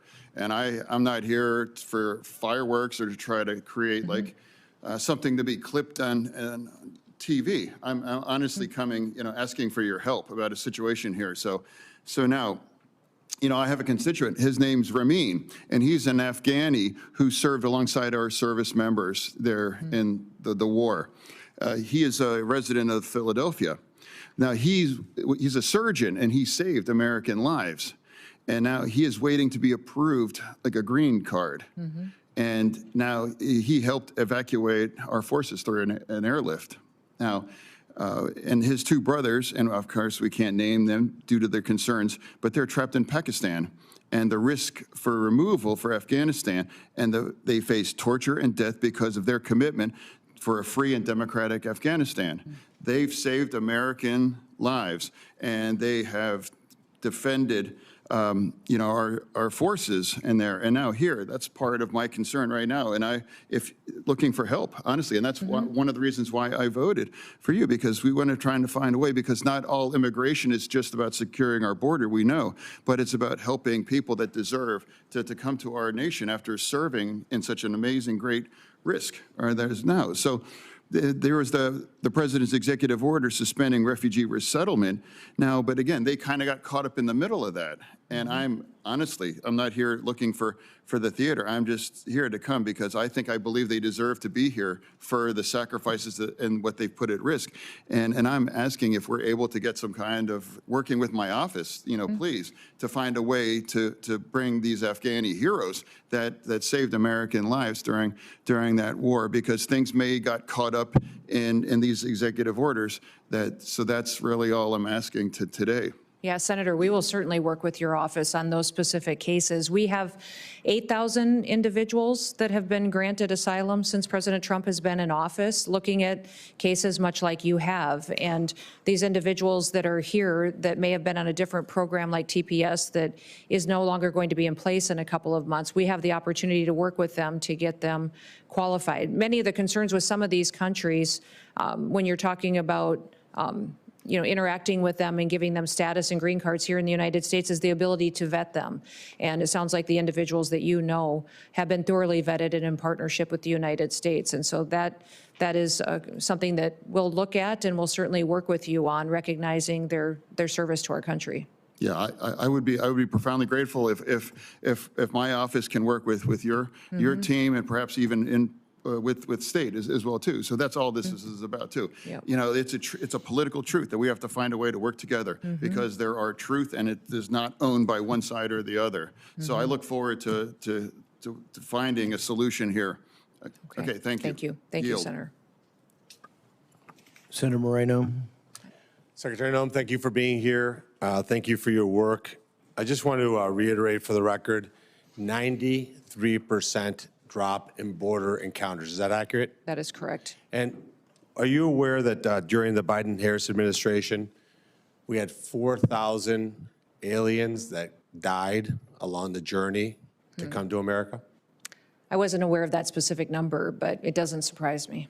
Because basically we had The dangerous trip. It's a dangerous trip. Yep. The Darien Gap, which is right near where I was born in Colombia, went from being a supposedly uncrossable border to hundreds of thousands of people making that journey. Who benefited from our open borders policy under Biden? Oh, I would say Joe Biden certainly did. And the drug cartels Yes. that made tens of billions of dollars? Yep. And who was the victim? Certainly American citizens. American citizens, but those who chose to come to our country at that time, believing that they could come without any consequences. And obviously the drug cartels are drug cartels that became human traffickers at scale and used that human trafficking as a disguise to allow illegal fentanyl to come into our country. And what's been the ramifications of that? What have you seen firsthand when you go to the border? What do the agents tell you about the fentanyl that's coming across the border? Well, it's devastating. Luckily, we have the ability now to enforce our laws with this president, and fentanyl traffic has been down 54% since he's been in office because of that. But unfortunately, what's happening is these cartels, foreign terrorist organizations, are now moving to our maritime borders. They're moving and getting much more sophisticated, and so we need to adapt and have the resources to be able to interdict them before they come in and kill off our next generation of Americans. Yeah, so it's not hyperbole to say that tens of thousands of Americans have not been killed with fentanyl because of that drop. Correct, absolutely. And it's just important to just reflect, not for political reasons, but just for moral reasons, to say that what happened over the last 4 years is just despicable. We should never have allowed that to happen. There was no outcry about the situation, and yet it was allowed to happen. Now, it's a lot easier to enter America than it is to be deported for America. Can you talk about that for a minute? Well, that is true. When you have a president in the White House that is openly saying our laws won't be enforced and in facilitating this invasion that happened over our southern border, we had millions of people come. And not just people looking for new opportunities in the American dream. You had people coming that were criminals, murderers, rapists, traffickers, terrorists. And now to remove them is much more complicated, difficult, and expensive. For us to deport someone, that we have to go out and find that individual, arrest and detain them and remove them from the country, it costs upwards to $17,000 if there isn't, more delays than the normal process. That's why we're encouraging people to self-deport. If you are here illegally, we recognize that you may have been here for a period of time, but if you want to leave and have the chance to come back someday, leave on your own. We will facilitate that. We'll buy you a plane ticket. When you land, we will give you $1,000 that you can get started with and provide for your family. That cost of self-deportation is $4,500. So much, much more cheaper for the American taxpayer in how we make sure that we really are following our laws and that the people here in this country, the American citizens, are treated with the respect that they're due by coming here through the legal process and being a part of our future. Yeah, and I think it's just important, and I hope my colleagues, especially on the other side of the aisle, I look at Senator Gallego, whose family came here from another country, his mom from Colombia, his dad from Mexico, that we honor and respect those of us like myself, my 5 brothers, my sister, my mom and dad, that followed the legal process, which, by the way, is hard. It's a privilege to come to America. It's not easy. You have to go through a process. But over the last 4 years, what we did is we made it so that if you hired a drug cartel, brought you to the border, and then raised your hand when you got to the Border Patrol and said asylum or asilo, that got you a free ticket into the country, free housing, free health care, free education, to the detriment of Americans. And I think that should be something we unite about. And Senator Fetterman talked about asylum seekers. Those are not asylum seekers. They're people who want a better life. They're economic migrants. We empathize for them, but we have to have a process that we honor the people who are following the rules. So, for example, the Afghanis that he's talking about, well, they have to wait in line behind millions of fake asylum claims. And I think we have to once and for all acknowledge that that's not the case. I was proud to introduce something called the Rules Act. Unfortunately, the Democrats blocked that very common sense bill, which would have said, hey, if you come across our border illegally and claim asylum, you can't claim asylum at an undesignated port of entry. You're immediately returned. That's something that's common sense. I want to ask you a few other just technical questions. We're going to do another round in just a few minutes. Okay, do you mind if I just ask one quick question? One quick question. Okay. I want to just encourage you to continue to do what you're doing, which is to enforce the law, which is that the agencies within DHS purchase products in the United States of America. So I applaud you for doing that. Yes, thank you for that. Senator Gallego. Thank you, Mr. Chair. Thank you, Secretary Noem, for attendance today. Let me start by also agreeing with Senator Moreno on some things, and I think it is positive the Trump administration has provided stronger border security to keep illegal border crossings as close to zero as possible. We definitely have seen that in Arizona. My concern is that it's not sustainable. It's expensive. And that's why I recently released a common sense border security that would make it sustainable and would actually deliver long-term solutions. But let me get to my first question. Your department is overspending right now. It's on track to run out of money again by mid-July to support a mass deportation campaign that can't be afforded. At the same time, though, you recently requested a $50 million allotment for a private Gulfstream jet. That's $50 million of taxpayer money to subsidize some of your national tours that you've been going on. Meanwhile, Republicans are about to kick another 13 million people off Medicaid to fund taxes for the rich on the backs of some working class Americans. So how can you justify spending millions, 50 million, on a jet while your department is definitely overspending and Republicans in Congress are about to strip also health care from millions of Americans? Well, Senator, thank you for the question. We are spending our dollars appropriately and will be on budget. When your reference to the airframe that was the requested dollars were put in for, that's for the Coast Guard. It's to replace an existing jet that is over 20 years old and is beyond its usable hours. And the Coast Guard for many, many years has been neglected and has many airframe that have been grounded because they can't even be maintained anymore. The suppliers that give us parts and repairs and maintenance for them have said that they'll no longer support that kind of a mission. We have cutters that haven't been completed, that haven't been deployed out across the world. And then we also, beyond that, are asking for a request to build out the number of Coast Guard members that we need in place. We're asking for 15,000 more to complete the missions that are going forward. Are you going to have access to that $50 million Gulfstream jet that the Coast Guard is going to supply? The Coast Guard will use that jet exactly how it uses the jets that it has today, exactly in the same manner that it uses the ones that it has in place today. So would you consistently be using it to travel? I don't know if I would use that one or if I would use the other one. I have no idea. But I do spend time out there with our components, making sure that they are know that they have a secretary that's engaged with them, that's visiting with them, seeing what their needs are. No, sir, they're not photos. They've meant the world to the individuals at the Department of Homeland Security. They have meant the world to our ICE agents, our border agents. When they ask me to be out there with them, so they know what their lives are like. Talking to some law enforcement, besides those under DHS, we've also seen some law enforcement that have been pulled away from investigations, such as child porn, sex trafficking. We've had some agents pulled in that were doing investigations on bank fraud that are now, provisional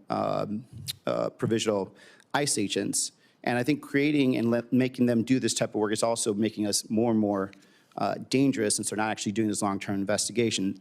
On the other hand, I have talked to some border chiefs and sheriffs repeatedly, and they've been highlighting the danger associated with cartels targeting teenagers in border communities through social media apps and recruiting them to participate in smuggling operations. And one of the bills I introduced with several colleagues here, actually, is the Combating Cartels on Social Media Act, which will help DHS counter this threat. Arizona communities cannot wait for the legislative process to play out on this. What is DHS doing to solve this problem and help keep American children and communities safe from cartel criminal activity and recruitment too? Well, that is the problem that we have. With the longer that they're here, the more established they become and the more they recruit individuals who may live in this country, U.S. citizens, or even our kids, to be a part of some of their them are operations. actually on the other side too. It's both sides. What do you mean on their side? Some of the cartels are using social media on, let's say, Mexico, yes, wherever. Yes, definitely they are. So it's back and forth. Yes, they definitely are. But they also are infiltrating our country still by recruiting our children to be a part of their networks. That's the problem. Yeah. So we're working with not just the experts that we have within CBP and ICE, but also using our other components to address some of the sophistication that we've seen in these apps, as far as CISA and partnerships that they may have with private industry that can give us insight in what we can do to deploy our own counter-terrorist activities and applications to those systems, what we can do to make sure that we're stopping their ability to communicate with our children and bringing awareness. The Department of Homeland Security has programs in different areas, such as the Know to Protect and the other programs you may be familiar with. Have you been able to work directly with the social media companies, though, not just through the legislative process? We have had conversations with the social media companies. And because by the time we get around to do it, we're losing more and more people. So like having a very direct conversation in a concentrated effort to actually have outcomes is going to be quicker, because they have the option to do it. We don't have to come in and do it. They just choose not to, because they'd rather make more money than anything else. Well, that may be, but I found them very willing to come to the table. I've had myself spent dozens of hours with them, and my team has spent hundreds of hours visiting with them on what we can do to be much more proactive. So they've got some solutions that we can pursue. We'll be coming to you with some of those ideas, but I think it's important that we use their knowledge of this way of communication and recruitment to help protect our children. Get back. Senator Ernst. Thank you, Mr. Chair. Secretary Noem, thank you very much for being here today. I truly appreciate it. During your confirmation process, I had shared a story with you, and it was a heartbreaking story about one of my constituents, Sarah Root. Sarah was killed by an illegal immigrant that was drunk driving with 3 times the blood alcohol content of the legal limit. 3 times over the limit. using a loophole in the federal law, that killer, he fled the country and he vanished for years. But thanks to your leadership, and the work of many of the brave men and women of DHS and the State Department, Sarah's killer was arrested in Honduras in a matter of days after our conversation, and was extradited back to the United States. He is in Omaha, Nebraska now, and he is going through the court system there. And believe you and me, Sarah's mother, Michelle Root, her father, Scott Root, and her brother, Scotty Root, thank you day in and day out, and President Trump for having the wherewithal to follow through to bring her killer to justice. So thank you. Thank you for that. Well, thank you for telling Sarah's story. I know you had to for many, many years. That was the first time Honduras actually extradited someone for homicide. And so I think it's very important, the precedent we set, the relationship that we built there, so that we were able to get some justice for Sarah's family. And thank you for being passionate about her. And that just proves that telling your story and telling her story doesn't fall on deaf ears with this administration. It certainly doesn't. And I want to take this time and just to point out the difference in the administrations. So after this killer fled from prosecution in the United States, he was on ICE's most wanted list. That was in the Trump administration. When President Biden came into office, he actually took this killer, Edwin Mejia, off of the most wanted list. They weren't actively trying to find him. Right. They didn't care about Sarah's plight, nor that of her parents. President Trump came back into office, and again, within that first month of President Trump being in office and you being sworn in, we had located him in Honduras and was able to negotiate for the extradition of this killer back to the United States. This family deserves justice, and I'm glad that they are getting it. So thank you, Secretary Noem. Just a few moments ago, you said that you have provided the committee, quote, with 50,000 pages from COVID and the origins. I haven't seen any of those pages yet. Will you commit to ensuring that I am able to see those 50,000 pages? Yeah, certainly. They were given to the chairman at his request, and I'll certainly forward And them those to you as documents well. those documents are up, and your staff does have access to them. Okay, great. Thank you. I appreciate that. I know that the Biden administration had blocked us from seeing that information. So I think it's really, really important that those of us on the committee that have pursued the origins of COVID have the opportunity to review those documents. So thank you. Just in the remaining time that I have, I want to talk a little bit about the DOJ work that we have going on, and you've been a very good partner with DOJ. And I want to commend your recent efficiency. You've enhanced election integrity, and you've saved taxpayer dollars. And in October of 2024, my home state of Iowa uncovered over 2,000 cases of non-citizens. Iowa, 2,000 cases of non-citizens registering to vote or voting after self-identifying as non-citizens at the DMV. This happens every day, folks. The previous administration, again, Joe Biden's administration, obstructed Iowa's request for immigrant verification records in the days before our federal election.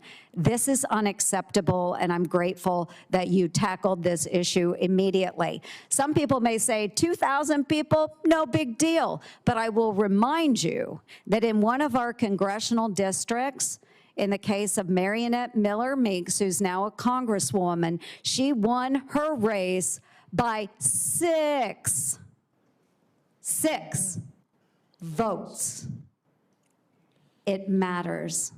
Thank you, Secretary Noem, for doing the right thing, and I yield. Thank you. Thank you. We're going to try to do a quick round of 5 minutes one more time. I'm going to gavel at 5 minutes so the secretary knows, everybody knows that's the end. We're going to try to move on to the next person to get you out of here. We talked a little bit about the wall earlier.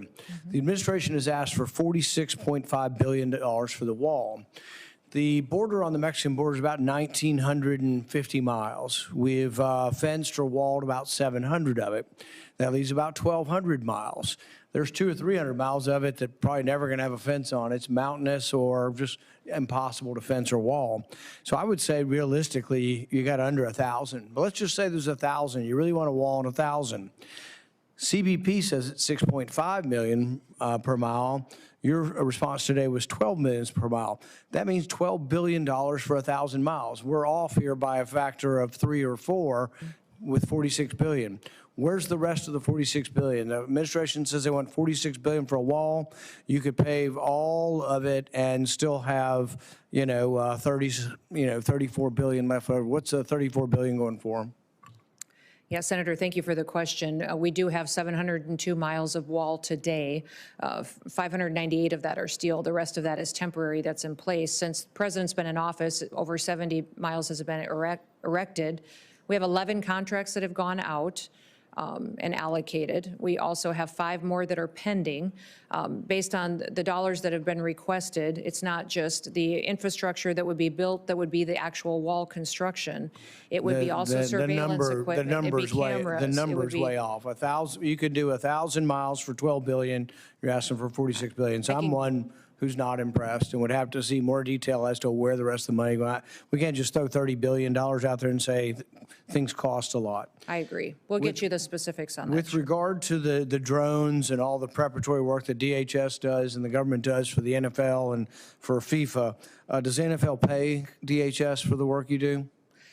Boy, not to my knowledge. I will. Well, I mean, here's my point. The NFL makes billions of dollars. We're $2 trillion in the hole. I don't care if government shares their technology and government helps out the World Cup. They ought to pay. Yeah. People are paying hundreds of dollars for tickets. I mean, thousands of dollars for the NFL, for Super Bowl and things.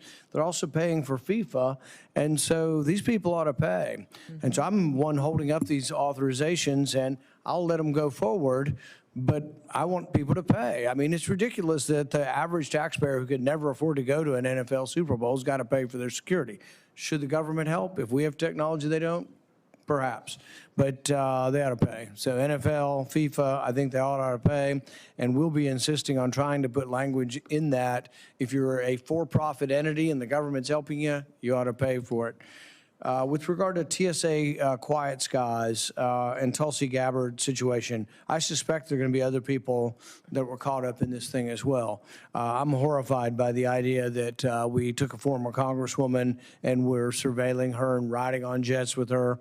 There was another story of an air marshal whose wife, might have been at January 6th or something, and now we're, have air marshals following another air marshal or his wife.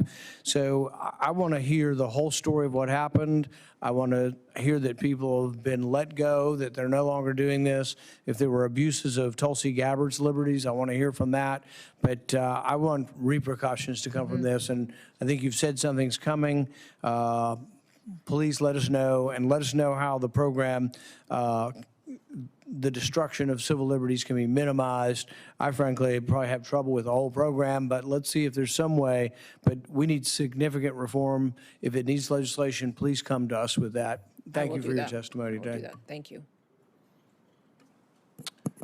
Thank you again, Secretary Noem, for being here. I just want to follow up briefly with Chairman Paul's questions about the cost of the wall, the billions of dollars that are going to be put forward. We do have to have accurate numbers so that we could look at that for funding it. But I would hope you also take a look at all of the cost of a wall, because there are a lot of other secondary kinds of defenses you have to put forward.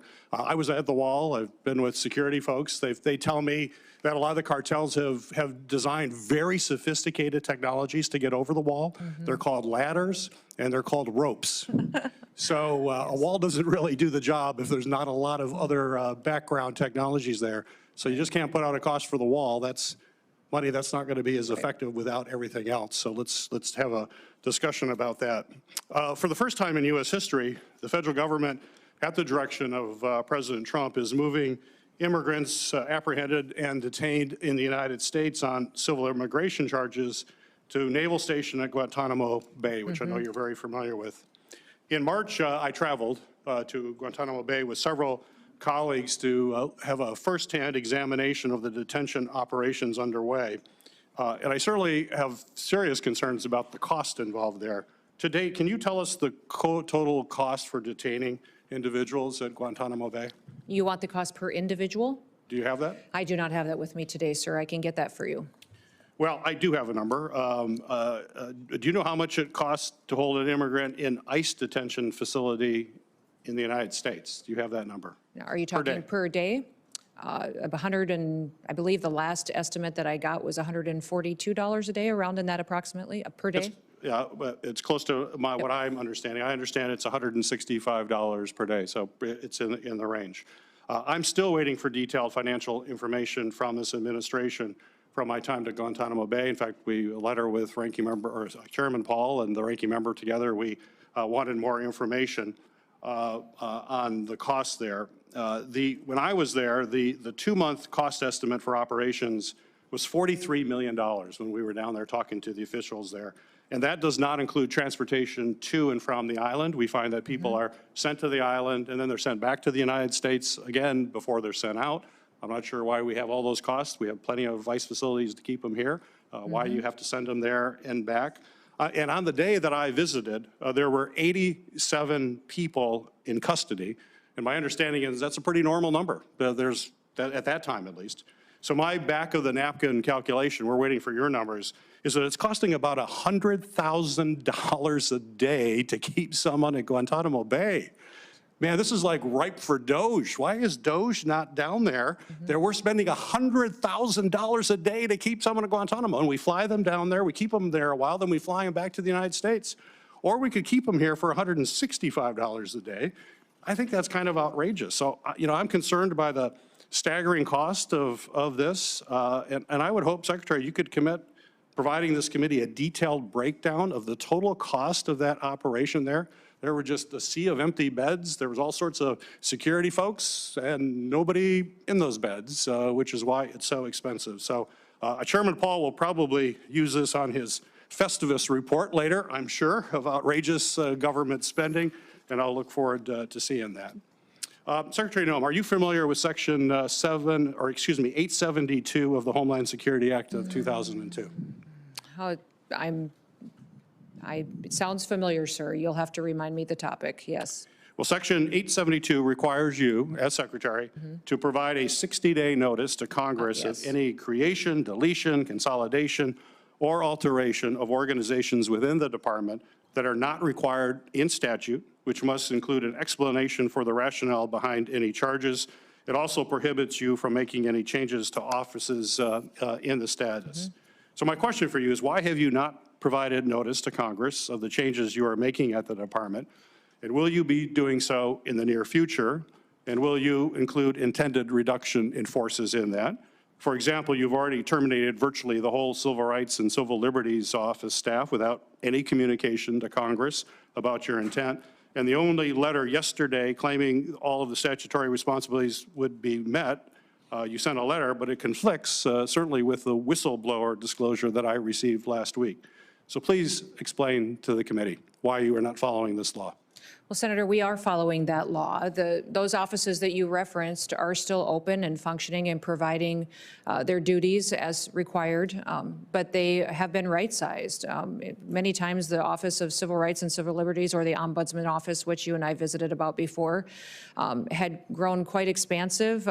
They were used as a political tool, suing and attacking each other and censoring individuals and not doing the job for which they were created. So we've right-sized them, put them back on mission, and if there would be an instance to where notification is required, I certainly will follow that. Time has expired. Senator Moreno. Thank you again, Secretary. So following up on the themes that were just brought up, it seems to me that the most common sense answer and the least expensive way to house criminal aliens in the country is to not allow them to come here in the first place. Right? So it's whether it's $160 a day, $100,000 a day. It should be 0 per day. And I hope that my Democrat colleagues, let's just codify what President Trump has done and prevent criminal aliens or anybody from entering this country illegally. That seems like the most fiscally conservative thing. So I hope when you're talking about these questions to the Secretary that we just say, let's just stop allowing people to come into the country illegally. By the way, that doesn't mean we don't want people to come here legally. That's the hypocrisy I just don't understand. When you're decrying the cost of housing criminal aliens, but you turned a blind eye when we had 10 million people come into this country illegally. Shifting gears real quick, you were a governor. Would it surprise you to learn that you're rated one of the top 5 most fiscally conservative, frugal governors in America last year?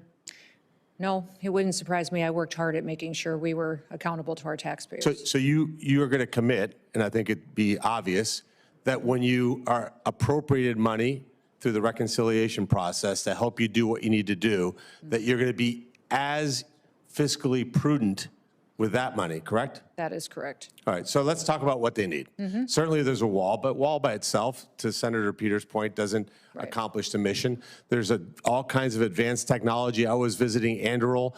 They have some incredible technology for detection that makes the Border Patrol agents' lives. You're looking at technology like that, right? Oh, absolutely. That's one of the discussions that we've had quite often with members of Congress and in these committee hearings, is just the wall will look very different based on where it is. Plus, the wall was never finished, even where you have a steel bollard wall. Many times they erected the steel bollard wall, but didn't build out the technology to support it and to keep individuals from throwing ladders and ropes over them. There's a whole system that was designed to operate together.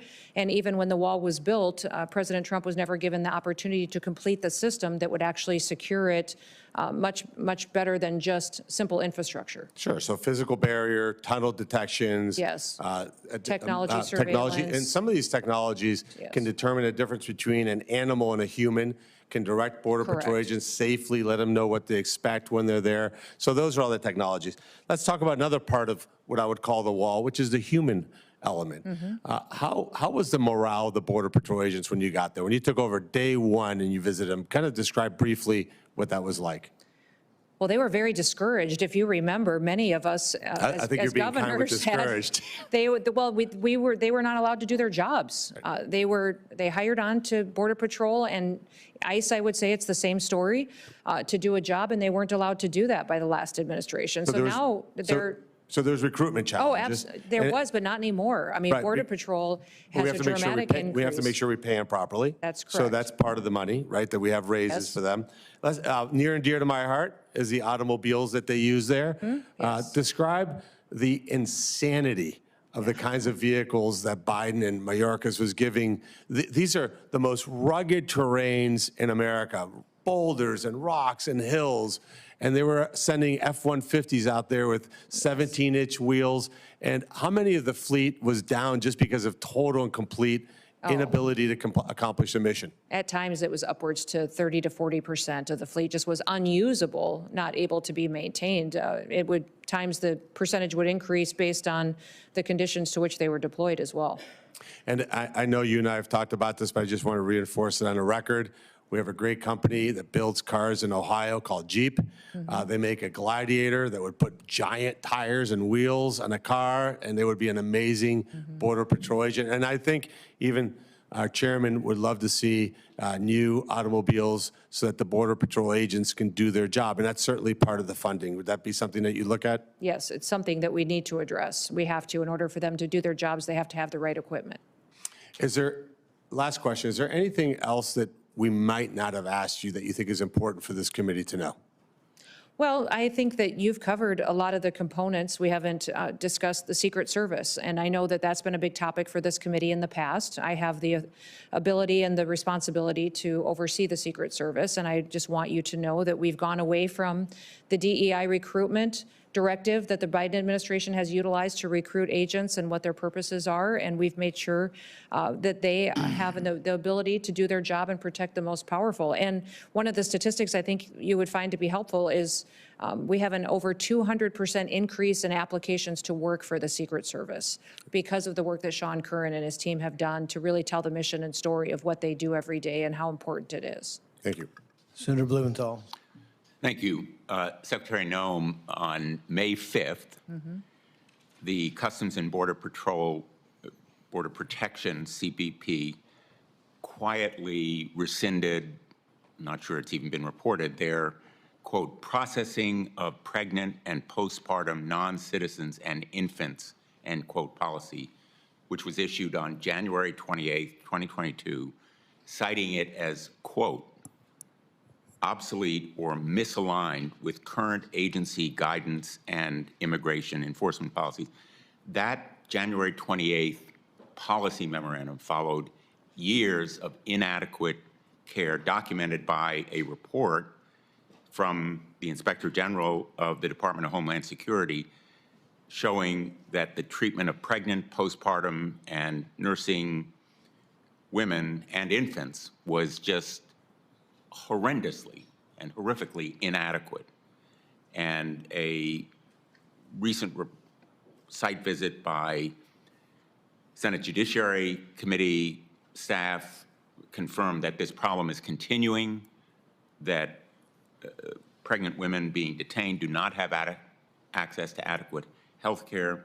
Do you agree or disagree that babies and pregnant women within CBP and ICE custody should receive care that are tailored to their specific needs? And why, in God's name, would that policy be rescinded providing that care? Well, Senator, I will look at the specifics of that policy and what was changed as of May 5th. I would say that everybody that's incarcerated or is brought into custody and is in a detention center is receiving appropriate care, and that we are making accommodations for individuals that have different physical But as a matter of situations fact, or it's pregnancy. not happening. And so I will look at the specific policies as to why one of the requirements may have been changed or adapted. If you have a specific to point out, that would be fantastic. You that, don't know about this policy? I do know decision? about the policy change, but I've looked at the guidelines of how we handle individuals that are You do know about the pregnancy. policy change. How could you I allow it do- to happen? Well, sir, what are you finding wrong with what we do with individuals who are pregnant that are in our detention centers? Is there concerns I should be addressing? Women who are pregnant or who have just had a child and their infant babies are not receiving adequate medical care. Everybody Aren't receives you medical care. concerned? Everybody receives medical care that is in our custody, and even Why if was they are the going to be policy returned, rescinded then? even if they're going to be returned back to their home country, we are making sure that they have medical care in their home country before they are sent there. So that is something that we do very diligently, is to make sure that anybody who has a medical issue, a concern, something that needs to be addressed is taken care of in those detention centers. What you are telling me right now is factually untrue. No, it's actually More important, you It's followed through with permitted every a single policy to day. be rescinded that provides for adequate care because it was, quote, obsolete or misaligned with your agency's guidance and immigration enforcement priorities. How can you sit here and tell us that caring for pregnant women or infants or women postpartum is misaligned with your priorities? Yeah, It just boggles everyone my who's in mind. everyone who's in our care and in our detention centers But it's your receives policy medical not to care care that is for them. appropriate to them and their specific condition. You're- Absolutely, that is You're happening. about to lose a fifth of your workforce in FEMA, correct? There are individuals in FEMA that are no longer working with us. They may have taken early retirement or How are you deferred going to retirement. They meet the have- needs of our constituents Mm-hmm. in Missouri or Connecticut, which suffered floods recently? I saw FEMA in action then, as I've seen them over the years. They are dedicated, vigorous public servants. They appear and spend hours and days and weeks caring for people. You're losing a fifth of them, including most of the leadership. What's your plan to replace We've got them? many people in FEMA that do very good work every day taking care of people that are in a crisis situation, that are experiencing the worst day of their lives. The problem is that over the years and under the Biden administration, they failed the American people. You're not They didn't answering my respond- question, Oh, I Madam absolutely Secretary. am. How are you going to replace a workforce You that can't is convince me that absolutely any essential federal government to agency does a better helping the job just because it has more Missouri? people. You More just people committed does to not help them. equal You're not going a to be better able to job. help Better people in job is Connecticut accountability to or people and in making sure we're Missouri taking or care anywhere of in the them. country if you don't have the dedicated public servants in FEMA and you're losing them. Time has expired. Senator Kim.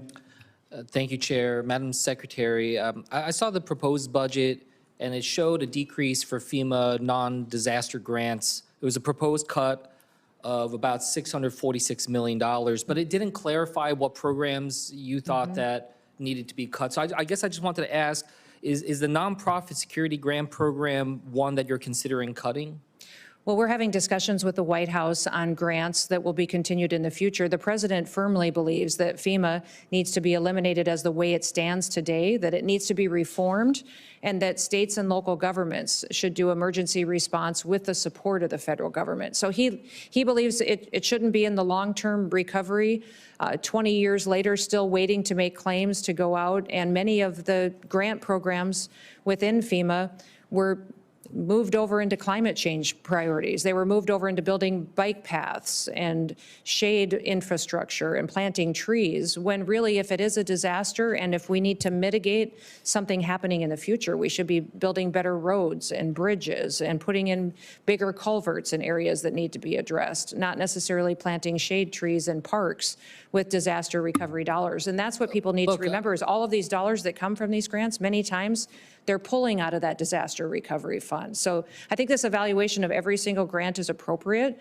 Many of them, after they're evaluated and are found to be appropriate, they're deployed. But that examination is something I take very seriously, that I need to do to make sure it's on task for why that grant was established. Look, I'll just say point blank, I think the answer should have been a clear no. And I think that there's very strong bipartisanship here in Congress, especially in the Senate, to protect the nonprofit security grant program. It's literally the best tool that people in New Jersey are telling me is needed to be able to counter anti-Semitism. You know, I can't tell you the number of synagogues and temples that are lined up to try to get this type of funding. In fact, you know, given the rise of anti-Semitism that we have in our country right now, you know, we should be surging resources, not cutting. So, you know, I would hope that you'd have a more declarative no in that vein. And because, you know, I'll be honest with you, I've been trying to see if we can dramatically increase funding to the nonprofit security grant program to try to fight this scourge of anti-Semitism. So I guess I just want to ask you, would you be open to supporting an increase in funding to the nonprofit security grant program if I'm able to work with some of my colleagues to be able to do that? We definitely have seen the value in that program and are willing to discuss this with you. What I would say is that we have to do an evaluation to make sure those dollars are going to the appropriate entities that they were intended. So they have been very important for many different people in different communities, and I recognize that. This evaluation and work with you on how that program can be improved will be very important. Well, look, I want to engage with you on this further because when we're hearing this language about abolishing FEMA and whatnot, you know, one of the elements that people have raised most concerns about is what does that mean for the nonprofit security grant program? So I really do urge you to work with me and this committee to have a declarative stance on that, so people, especially those concerned about anti-Semitism, can have clarity on what comes next. You did raise the FEMA Review Council, which you said is going to be meeting for the first time today. I just wanted to see, because we've talked about this before, about what comes next. I wanted to see if you would commit to working with this committee and hearing our perspectives as part of the council's work and giving us an opportunity to engage before the committee concludes their work and finalizes recommendations. Is that something you can commit to? Yes, absolutely. There are several things that FEMA does that need your input, statutory requirements. This is a reform process that most certainly will include you in this committee. Yeah, that's something I know we talked about before you were confirmed, and I hope we can follow up on that because I think it's incredibly important. Everyone here recognizes that reforms are needed. Right. But now the question is just how it is situated, and I certainly have some thoughts I want to reflect from the folks in New Jersey. As mentioned earlier, hurricane season is upon us. Do you have a sense of when the White House is going to announce a full nominee for FEMA administrator? It should be soon, but I'm not going to put a time frame on President Trump and I his just, administration. again, we want to have confidence that we have the leadership in place to be able to do this. The last thing I'll just say. We do have a leader in place, and I can connect you with him as well. I'm sure Well, I'll make Dave sure we Richardson follow is up, the but it'd acting be good to director. have that formal nomination. The last thing, and maybe we'll just do this in a QFR, but there has been reports of cuts to the national database tracking domestic terrorism. DHS cutted the funding. I just wanted to ask, is that correct? And is there any way that you could reconsider that and see if we can make sure we're tracking domestic terrorism rise in the country? I can follow up with you on that and get you that information. Okay, thank you, Secretary. You're almost done. You've outlasted everyone but me. And you don't have to necessarily answer this. You can comment if you want. But I think one of the problems I've always had with discussion of the border is that people who often are conservative and talk about fiscal conservatism, once we start talking about the border, then it's all out the window. So the estimates on the wall, I think, are important. I don't think it's a very conservative estimate. It's more like $30 million a mile as opposed to CBP says 6. You said 12 for current. It's somewhere in there. But I also would say that you're controlling 95% of the border without a wall right now. So that's an argument that maybe you don't need a wall, you need a willpower. And I give President Trump great compliments, for what he's done and what you have done. I mean, 95% of the control. No new bill, no new money. Now, I'm not saying no new money is needed. I think you need more Border Patrol, and you're going to need more money for that. But I think it should be within reason. Now, if I were in charge of the border, though, and I wanted immediate control and I wasn't quite there yet, I would put 100 helipads down, concrete, about 50 yards by 50 yards, and I'd put 100 helicopters along the border every 10 miles, and I'd simply use technology to patrol the border, and I'd pick anybody and everybody up who crosses the border illegally with the helicopters. And I think you could do that, and you'd probably do it for $500 million versus $46 billion. So I know the wall has a great symbolic value, but I think we should reassess what both the cost, what we want to do, and how much it costs, since we are controlling 95% of the border. I think part of it is you've moved some money forward that needs to be replaced. So I'm not against or calling for no money, but I do think that the $46 billion is not justified unless we see something else from the administration. Okay. Thank you for your time today and your commitment to work with the committee. The hearing record will remain open until 5 p.m. May 21st, 2025 for the submission of statements and questions for the record. The hearing is adjourned. Thank you. Thank you, Mr. Chairman.